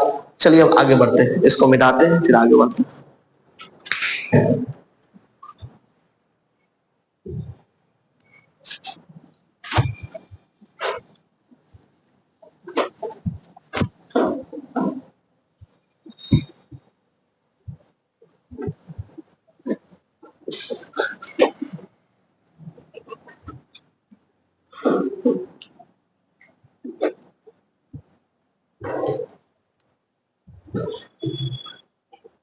देखिए आपको एक बात बताते हैं, ये क्या है scalar product, scalar product. Scalar product इसको क्यों बोले, अभी देखिए कि example work equal to force, इसको किस मल्टीप्लाई किया किसके साथ, डिस्प्लेसमेंट।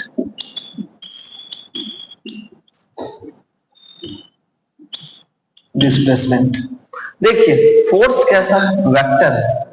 फोर्स कैसा क्वांटिटी हो गया, वेक्टर, वेक्टर। डिस्प्लेसमेंट कैसा क्वांटिटी है, वेक्टर। जबकि वर्क कैसा क्वांटिटी है, स्केलर। तो यहां पे इसी वजह से इसको हम स्केलर प्रोडक्ट बोलते हैं, क्योंकि इसमें जो रिजल्टेंट आता है ना, ये क्या आता है, स्केलर निकल के आता है। क्लियर हो गया मेरे स्टूडेंट, ये कैसा है, स्केलर है, समझे कि नहीं। इसलिए इसको प्रोडक्ट को हम बोलते हैं क्या, स्केलर प्रोडक्ट। आइए अब आपको एक क्वेश्चन देते हैं और उस क्वेश्चन को करिए। जैसे फोर्स इक्वल टू आपके सामने दे दिया गया, फोर्स वेक्टर है 3i cap plus 2j cap plus k cap, ये फोर्स इक्वल टू किया गया। डिस्प्लेसमेंट इक्वल टू जैसे मान लीजिए दिया गया 2i cap plus 5j cap plus 4k cap. अब आपसे पूछा जाएगा जो वर्क बताइए, तो वर्क इक्वल टू तो सिंपल है, work equal to F dot D, force और डिस्प्लेसमेंट को डॉट प्रोडक्ट कर दीजिए। फोर्स की जगह पे रखते हैं पूरा ये 3i cap plus 2j cap plus k cap, ये हो गया फोर्स। और डिस्प्लेसमेंट की जगह पे भी रखते हैं 2i cap plus 5j cap plus 4k cap, ये। अब बताइए वर्क कितना आएगा, तो दो को हम दो के साथ ही मल्टीप्लाई करेंगे, क्योंकि i और i को ही हम कंसीडर करेंगे, ठीक है। तो 2 तिया 6 प्लस 2 को 5 के साथ, j को j के साथ ही करेंगे, तो 2 5 6 10। अब j को j के साथ ही क्यों कर रहे हैं, i को i के साथ ही क्यों कर रहे हैं, ये भी अभी बताएंगे। k का एक को किससे मल्टीप्लाई किया, 4 से, तो 4, 5 दूनी 10 और 3 दूनी 6, तो टोटल मिलाकर के आ गया अपना कितना, 6 4 10 और 10 कितना हो गया, 20 जूल आ गया अपना आंसर निकल के। अब आपके मन में आ रहा होगा जो सर आप सिर्फ i को i के साथ किए, j को j के साथ किए, k को k के साथ किए, तो हम आपको बताए हैं जो फोर्स जिस डायरेक्शन में लेंगे, फोर्स i डायरेक्शन में ले रहे हैं तो डिस्प्लेसमेंट भी i में ही लेंगे। फोर्स अगर j में लेंगे तो डिस्प्लेसमेंट भी j में ही लेंगे। फोर्स अगर k में लेंगे तो डिस्प्लेसमेंट भी k में ही लेंगे, समझे कि यही बात है। और वैसे लेने का कोई फायदा भी नहीं होगा, ठीक है, अगर एक दूसरे को लेंगे। आइए हम बताते हैं कैसे फायदा नहीं होगा, देखिए इसके आगे हम लोग समझते हैं चीजों को। देखिए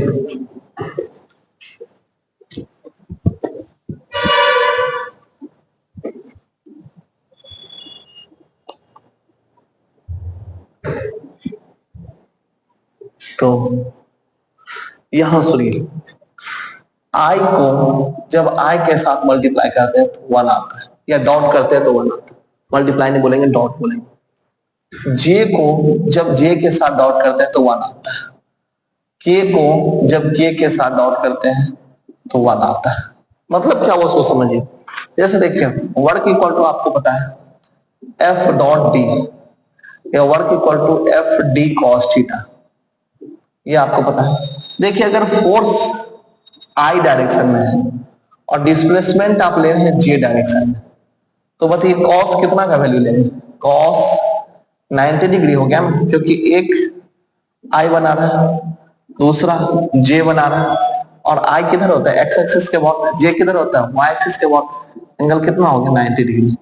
तो ऐसे केस में जैसे हम कॉस 90 रखते हैं ना, 90 कॉस 90 का वैल्यू कितना था? 0। इसी वजह से जब आई डॉट जे करेंगे ना तो 0 निकल के आ जाएगा। कोई भी वो दो वेक्टर जो परपेंडिकुलर है एक दूसरे पे, उसका रिजल्टेंट कितना आ जाता है? 0। यहां देखिए आई को अगर आप जे के साथ करेंगे 0 आएगा, जे को अगर आप के साथ करेंगे क्या आ जाएगा? 0 आ जाएगा। ठीक है, आई को अगर आप के साथ कर दिए 0 आ जाएगा, क्योंकि जब भी ये परपेंडिकुलर होगा एंगल कितना होगा? 90 डिग्री। और एंगल अगर 90 डिग्री हुआ तो वैसे ही केस में उसका क्या आ जाएगा? डॉट प्रोडक्ट 0 आ जाता है। जबकि अगर सेम रहेगा के और के में कर रहे हैं तो थीटा का वैल्यू कितना आएगा? देखिए फोर्स भी अगर है और डिस्प्लेसमेंट भी है, कॉस थीटा। फोर्स अगर के में है और डिस्प्लेसमेंट भी के में है तो बताइए क्या होगा? कॉस 0 डिग्री रखाएगा और 0 का वैल्यू 1 आता है, तो के डॉट के इक्वल टू, तो आपको बताएंगे 1 होता है, क्योंकि उसमें एंगल 1 है ना, तो उसमें कोई फर्क नहीं पड़ेगा, थीटा का वैल्यू 1 आ जाएगा। ऐसे समझ में आ गया? अब देखिए यही बात कहा जाता है क्या? चलिए, जो यही रीजन है जो आई को आई के साथ किए, जे को जे के साथ किए, के को के साथ किए, आई को जे के साथ करेंगे तो 0, क्योंकि परपेंडिकुलर हो जाएगा, थीटा कितना हो जाएगा? 90 डिग्री। जे को के साथ 0, आई को के साथ 0। समझ में आ गया यहां तक? इसके बाद देखिए नेक्स्ट हम आपको बताते हैं क्या, जो एक नोट देकर के कहीं पे लिख लीजिए थोड़ा सा। नोट क्या लिखना है आपको? नोट यही लिखना है, to vector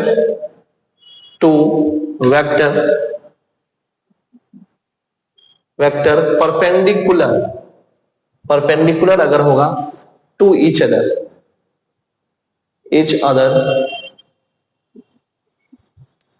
then dot product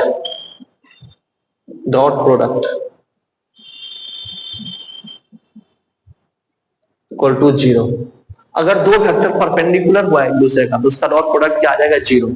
अब देखिए कि यहाँ पे जैसे ये इधर ए डायरेक्ट ए वेक्टर हुआ, ऊपर की तरफ बी वेक्टर हुआ, ठीक, एंगल कितना हुआ? 90 डिग्री। तो ऐसे केस में ए बी कॉस 90 जब भी रखेंगे ना तो कॉस 90 क्या कर देगा? 0।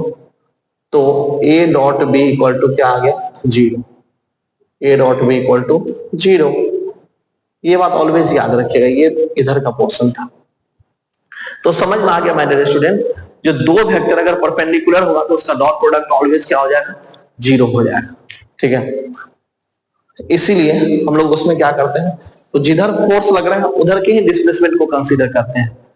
ठीक है, अब आपको एक बात समझ में आ गया, जो जब एक ब्लॉक था यहाँ पे, इस पे जो हम एंगल लगाए थे ये, तो इधर की तरफ आया था एफ कॉस थीटा, ऊपर की तरफ आया था एफ साइन थीटा, और ब्लॉक चला था इधर की तरफ, डिस्प्लेसमेंट इधर था। तो ये तो एफ कॉस थीटा लिए, डिस्प्लेसमेंट इधर की तरफ था, तो एलोंग वाले को ही कंसीडर किए थे, क्योंकि परपेंडिकुलर वाला का वैल्यू क्या आ जाएगा? 0 आ जाएगा। ठीक है, इसीलिए हम इसको कंसीडर नहीं करके हम सिर्फ इसको कंसीडर किए थे। तो आइए इससे आगे हम लोग देखते हैं। मार्कर वगैरह दिख नहीं रहा, अच्छा ठीक है, सुनिए।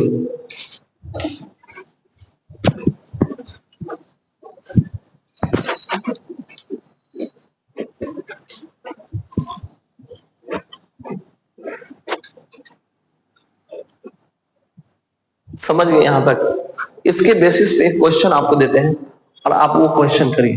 देखिए क्वेश्चन क्या दिया गया आपके सामने, क्वेश्चन यही है जो फोर्स जो है ना वो परपेंडिकुलर है डिस्प्लेसमेंट की, ठीक है। और फोर्स का वैल्यू दिया गया है कितना, force equal to x i cap plus 2 j cap plus 3 k cap, ठीक है। ये फोर्स हो गया आपका, वेक्टर है, एरो का यूज कर दीजिएगा, कोई दिक्कत नहीं, करिए एरो का यूज। उसके बाद डिस्प्लेसमेंट जो है इसका वैल्यू कितना है, 4 आई कैप आई प्लस 3 जे कैप प्लस 4 के कैप। अब ऐसे केस में क्या रहेगा, जो फोर्स और डिस्प्लेसमेंट परपेंडिकुलर है, तो आपको तो पता ही है दो वेक्टर जैसे परपेंडिकुलर होता है उसका डॉट प्रोडक्ट 0 आता है। तो आपको पूछ रहा है कि एक्स का वैल्यू बताइए, व्हाट इज एक्स, एक्स का वैल्यू कितना होगा। कोई बात नहीं, आपको पता ही वर्क इक्वल टू क्या होगा, एफ डी, रख के देखते हैं। एफ के जगह पे कितना आएगा, x i cap plus 2 j cap plus 3 k cap, ये हुआ एफ। डी के जगह पे देखिए क्या दिया हुआ, 4 आई कैप प्लस 3 जे कैप प्लस 4 के कैप, ठीक है। अब क्या हुआ, जो आई वाला किसके साथ मल्टीप्लाई होगा, आई के साथ, तो 4x हो गया प्लस जे के साथ, तो 3 दूनी 6 जे कैप, ये नहीं, प्लस 4 के साथ, तो 4×3 = 12 इक्वल टू क्या होगा, 0। पता है ना डॉट प्रोडक्ट इसका 0 आता है क्योंकि परपेंडिकुलर है एक दूसरे का, अभी जस्ट नोट करके लिखवाया। तो यहां से क्या हो गया, 4x इक्वल टू 12 और 6 18, इधर जाएगा तो -18 होगा, x इक्वल टू क्या होगा, -18/4, काटिए कितना आ गया, 2 से काटते हैं तो 9/2, फिर 2 से काटिए तो 4.5 आ गया, माइनस में आएगा ना, हाँ, क्या आ गया, -4.5 आ गया, ठीक है। समझ गए यहां तक। इसके बाद एक टर्म आपको और बताते हैं, तो चूंकि डॉट प्रोडक्ट जो है ना, डॉट प्रोडक्ट का रिजल्ट क्या आता है, स्केलर आता है, तो इसलिए इसमें डायरेक्शन से तो कोई लेना देना है नहीं, तो आप इसलिए ए डॉट बी लिखिए या बी डॉट ए लिखिए, बात बराबर, क्योंकि इसमें डायरेक्शन से कोई मतलब ही नहीं है। आप जैसे वर्क इक्वल टू लिखते थे एफ डॉट डी, आपका मन करे डी डॉट एफ को भी लिखिए, कोई दिक्कत नहीं, क्योंकि इसका रिजल्ट स्केलर है। कैसा है, स्केलर, स्केलर है। और स्केलर जो होता है ना प्रोडक्ट, स्केलर प्रोडक्ट में हमको कोई फर्क ही नहीं पड़ता, क्योंकि डायरेक्शन तो हमको कैलकुलेट ही नहीं करना है। जबकि ये सिचुएशन क्रॉस प्रोडक्ट में एप्लीकेबल नहीं होगा, क्योंकि क्रॉस प्रोडक्ट जो है वेक्टर प्रोडक्ट होता है। वहां पे देखिए, वहां पे अगर हम ए क्रॉस बी करेंगे ना, इक्वल टू माइनस, ठीक है, बी क्रॉस ए करना पड़ेगा, समझे। माइनस इसलिए क्योंकि उसमें डायरेक्शन को भी कंसीडर करना होता है और पलट जाता है डायरेक्शन। अभी क्यों कैसे पलटेगा वो जस्ट दिखाएं। जैसे देखिए आपको हम पढ़ाएंगे torque equal to r cross F होता है, तो ऐसे केस में आप ऐसे नहीं कर सकते जो torque equal to F cross r, गलत हो जाएगा, ये गलत हो जाएगा, -1 आ जाएगा। तो समझ में आ गया यहां तक, यही था अपना ऑल अबाउट डॉट प्रोडक्ट। अब हम लोग पढ़ने जा रहे हैं क्या, क्रॉस प्रोडक्ट। और क्रॉस प्रोडक्ट को हम लोग क्या बोलते हैं, वेक्टर प्रोडक्ट। क्या बोलेंगे, वेक्टर प्रोडक्ट। देखिए क्या है,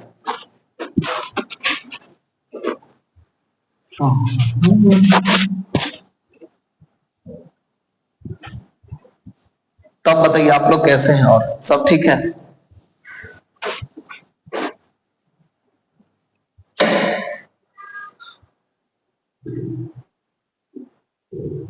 माय डियर स्टूडेंट, इसके बाद हम लोग पढ़ने जा रहे हैं क्रॉस प्रोडक्ट। एक बात आप समझ लीजिए, 22 मिनट का मेरा पहला वीडियो आया वेक्टर का, उस पर 45 मिनट का दूसरा वीडियो आया, और तीसरा ये अप्रोक्सीमेट 30 से 35 मिनट का वीडियो होगा। मतलब अप्रोक्सीमेट अगर आप देखेंगे तो 35 मिनट प्लस 45 मिनट और प्लस 23 मिनट मान लीजिए, 5 5 10 3 13, 13 मिनट, और 4 3 7 2 9, 1 10, 103 मिनट। मतलब 1 घंटा में तो 60 होता है, तो 2 घंटा से भी कम में अपना ये अप्रोक्सीमेट वेक्टर कंप्लीट है। और इससे बाहर वेक्टर में कुछ नहीं आएगा। आप ये इसका लेक्चर जो है ना एक बार देख लीजिए, अच्छे से हो जाएगा आपका कवर। आइए हम लोग देखते हैं क्रॉस प्रोडक्ट। स्टूडेंट मेरा मार्कर लग रहा है ये थोड़ा सा डाउन हो गया, एक बार चेक कर लेते हैं कौन सा सही है। ये हाँ ये सही है यार। देखिए अब हम लोग देखने जा रहे हैं cross product. Cross product, cross product में क्या करेंगे हम लोग? सबसे पहला बात, इसको हम लोग क्या बोलते हैं? तो ये क्रॉस प्रोडक्ट है, इसका रिजल्टेंट कैसा आएगा? वेक्टर आएगा। कैसा आएगा इसका रिजल्टेंट? वेक्टर। ठीक है, तो आइए समझते हैं। सबसे पहले क्रॉस प्रोडक्ट का क्या फॉर्मूला क्या है? तो A cross B equal to होता है ए बी साइन थीटा। ये भी आप माइंड में सेट कर लीजिए। ठीक है, और डॉट में क्या था? A dot B equal to A B cos theta. ये डॉट में था। ठीक है, जब डॉट प्रोडक्ट लिखे थे, डॉट प्रोडक्ट में ये था A dot B equal to A B cos theta, और ये है A cross B equal to A B sine theta. अब इसमें क्या होगा? इसका हम यूज करते हैं किस चीज में? इसका यूज हम करते हैं एरिया ऑफ पैरेललोग्राम कैलकुलेट करने में।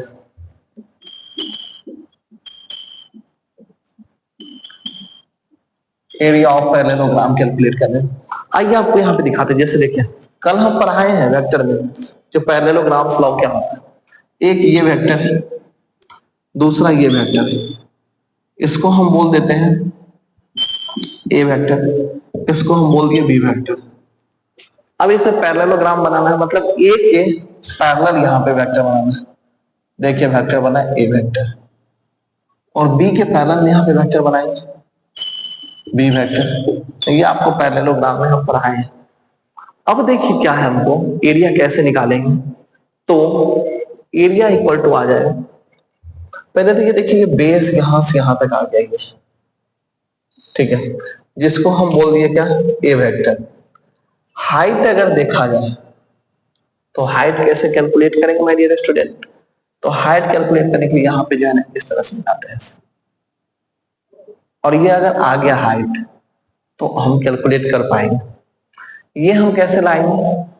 आप देखिए जैसे कि बी वेक्टर है, तो अगर ऊपर की तरफ इसका कंपोनेंट देखा जाए, यहां से तो कुछ एंगल बना ही रहा, तो ऊपर की तरफ इसका कंपोनेंट क्या हो जाएगा? B sine theta.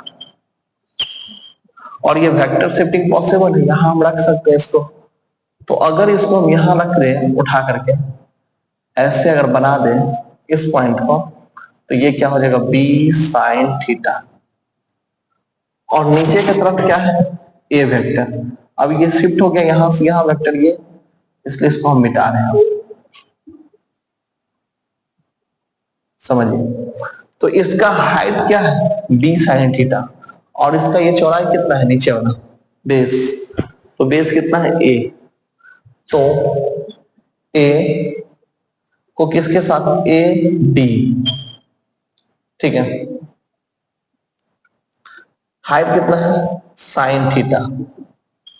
ये आपको निकल कर कहता है A cross B equal to, और आप ए क्रॉस बी जैसे ही करते हैं आपको एरिया ऑफ पैरेललोग्राम आ जाएगा। एक देखिए एक एग्जांपल आपको बताते हैं, सुनिए। आप स्क्वायर का तो निकालते हैं, ये देखिए ये एक स्क्वायर है, स्क्वायर में ये एंगल कितना है? 90 डिग्री। कितना एंगल? 90 डिग्री। ठीक है, 90 डिग्री के केस में क्योंकि पैरेललोग्राम जैसा है उसी से रिलेटेड तो ये भी है स्क्वायर, इसमें एंगल का बस डिफरेंस है। तो देखिए ये हो गया ए, और इधर वाले को भी ये भी इक्वल ही होगा, तो ए ही मान लेते हैं। तो देखिए ए साइन 90 डिग्री, और साइन 90 डिग्री का वैल्यू कितना आता है? 1। तो यहाँ पे क्या होगा? ए और ए स्क्वायर होगा।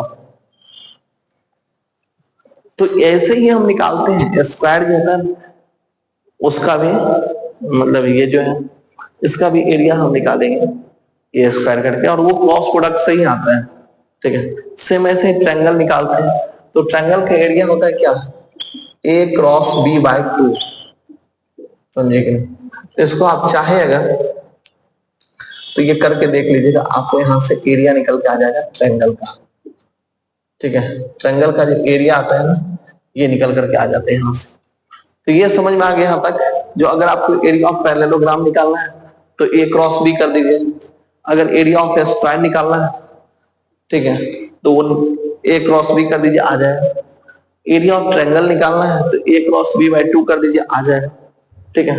एरिया जो है ट्रायंगल का वो ए क्रॉस बी बाय 2 करने से आ जाता है, ठीक है। आइए अब इसके बाद नेक्स्ट टर्म पे हम लोग चलते हैं। नेक्स्ट टर्म क्या है देखिए, सबसे फर्स्ट टर्म अब आएगा इसमें,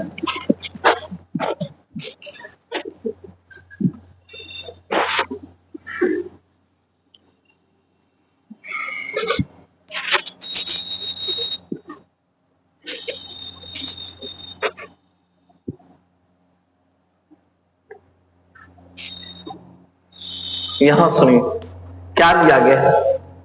जो तीसरा पॉइंट, सी वेक्टर जो होता है ना, वो ए वेक्टर क्रॉस बी वेक्टर पे जो है ना परपेंडिकुलर होता है। आप देखिए यहां पे, जैसे C vector equal to A vector cross B vector, इस पे ये क्या होगा, परपेंडिकुलर।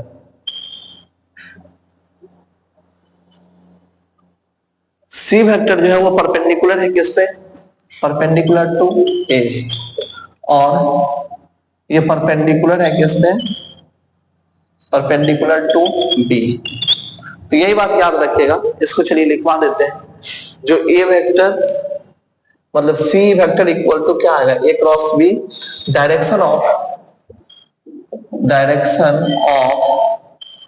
सी वेक्टर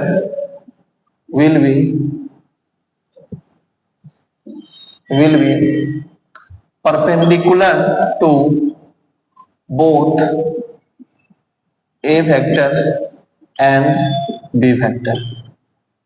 ये पॉइंट याद रखें, ये क्यों सो समझिए।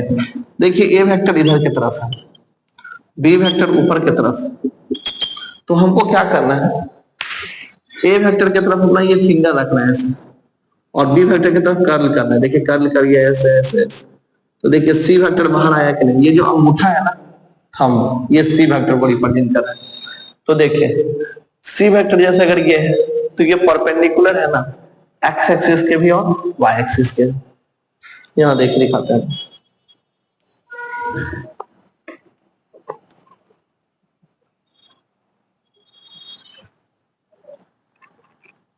देखिए ये हो गया सी वेक्टर, यहां पे ये सी वेक्टर जो है ये ब्लैक वाला, ये परपेंडिकुलर है ए और बी वेक्टर के। यही बात को यहाँ पे लिखे, और इसमें ए की तरफ अपना फिंगर रखें और कर्ल किए बी की तरफ, देखिए सी की तरफ आ गया। यही पॉइंट है यहां तक, रोकिए बस। तो इसके बाद जो टर्म आ गया ना वो यही आया, जो एक वेक्टर है जैसे ये इधर की तरफ हो गया, इसको हम बोलेंगे ए वेक्टर, ठीक है। और इसके परपेंडिकुलर है दूसरा क्या, बी वेक्टर है, ठीक है। और ये जो है ना ये एक्स एक्सिस की तरफ है, और एक्स के लिए हम कौन सा वेक्टर का यूज करते हैं, किस कैप का, आई कैप का, आई कैप। और ऊपर की तरफ कौन सा एक्सिस है, बी, वाई एक्सिस की तरफ, और उसके लिए कौन सा यूज करते हैं, जे कैप। ये याद रखना है, ठीक है। तो एक बात बताइए, इसमें हम लोग ऐसे करके देखते हैं, यहां देखिए इसके तरफ लिए, ठीक है, और ये वाई एक्सिस हुआ। तो ऐसे केस में सुनिए, यहां पे क्या करते हैं, जो हम ए वेक्टर की तरफ अपना ये फिंगर रखिए फिंगर, और बी की तरफ कर्ल करते हैं ऐसे, तो ये जो अंगूठा है थंब, ये बाहर की तरफ आता है और ये रिजल्टेंट बताता है। तो देखिए आई क्रॉस जी इक्वल टू क्या आता है, के। देखिए ये आई है एक्स एक्सिस, ये क्या है y एक्सिस, कर लिखिए बाहर की तरफ ये बता रहा है अपना कि z एक्सिस, और z एक्सिस की तरफ कौन सा क्या k कैप, यही बात ये बता रहा है, ठीक है, जो k कैप बताता है, सही बात है। तो k कैप इक्वल टू क्या हो गया, i cap plus j cap. आपको हम कोऑर्डिनेट बताते, देखिए फील करवाते कोऑर्डिनेट क्या है।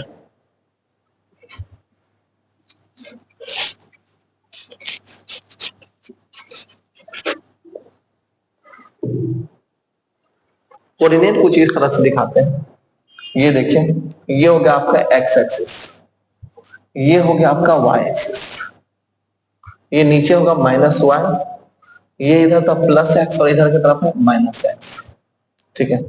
x की तरफ हम यूज करते हैं i कैप, ठीक है, y की तरफ हम यूज करते हैं j कैप, -x की तरफ यूज करेंगे -i कैप, और -y की तरफ यूज करेंगे -j कैप।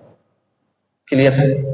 और यहाँ पे जैसे ये z एक्सिस हुआ, तो ये z एक्सिस कैसा, पॉजिटिव z एक्सिस है, इसके तरफ हम यूज करते हैं k कैप, और इसके ठीक इधर जो होगा पीछे अंदर, तो उधर क्या हो जाएगा -z, वैसे कैसे -k हम यूज करेंगे। समझ में आ गया। तो यही एक्सिस है, ठीक है, इसको रिप्रेजेंट करने की जरूरत नहीं, ये आप समझ सकते हैं, जो पीछे की तरफ होगा तो -k ही आ जाएगा, ठीक है। तो ये एक्सिस हो गया, इधर की तरफ x एक्सिस जिसके तरफ हम लेते हैं i cap, y axis j cap, उसके बाद ये सामने z एक्सिस +k कैप, पीछे होगा -k कैप। तो ये एक्सिस आपको समझ में आ गया। अब राइट हैंड थंब रूल लगाइए, देखिए a की तरफ कोई वेक्टर है, b की तरफ कर लिखिए, c की तरफ बाहर की तरफ आता है रियल टाइम। एक बात आपको बताते हैं, जो आपको डायरेक्शन निकालने के लिए आप इस मेथड का भी यूज करिए, i j k, इसी का यूज करिए ज्यादातर, ताकि जो है ना आपको इजी हो, कहीं गलत होने का संभावना ही नहीं। देखिए i को अगर आप क्रॉस करेंगे j के साथ तो क्या निकल के आएगा, i को j के साथ क्रॉस करेंगे तो ये तीसरा जो बचेगा वो आ जाएगा k क्या, ये आ गया। अब जैसे मान लीजिए अगर आपको कभी तक दे दिया जाए जो i को आप k के साथ क्रॉस करेंगे, तो i से k पे जाइए, देखिए इसको कुचलते हुए जा रहे हैं k पे, तो जिसको कुचलते हैं वही आते हैं आंसर में, देखिए वो माइनस लगता है, तो क्या आ जाएगा आंसर -j क्या, ठीक है, समझ में आ गया। अगर कभी देखिए k को i के मतलब j के साथ बोले तो k क्या क्रॉस करना है j के साथ, तो देखिए k से हम j पे जाएंगे, बीच में i को कुछ लेंगे तो -i क्या आ जाएगा, ये अपना रिजल्ट, ठीक है। तो उसी का यूज करके आप डायरेक्शन कैलकुलेट कर लेंगे राइट हैंड थंब रूल में। और अब हम लोग देखते हैं जो मैग्नीट्यूड कैसे कैलकुलेट करते हैं। मैग्नीट्यूड कैलकुलेट करना आपको सिखाते हैं, जस्ट ये एक्सेस समझ में आ गया आपको। देखिए इसके बाद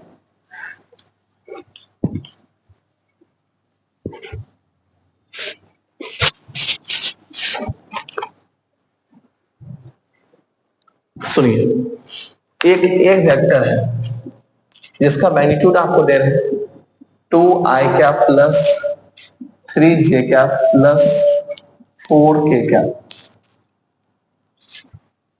दूसरा बी वेक्टर है जिसका आता है 3i cap plus 5j cap plus 6k cap.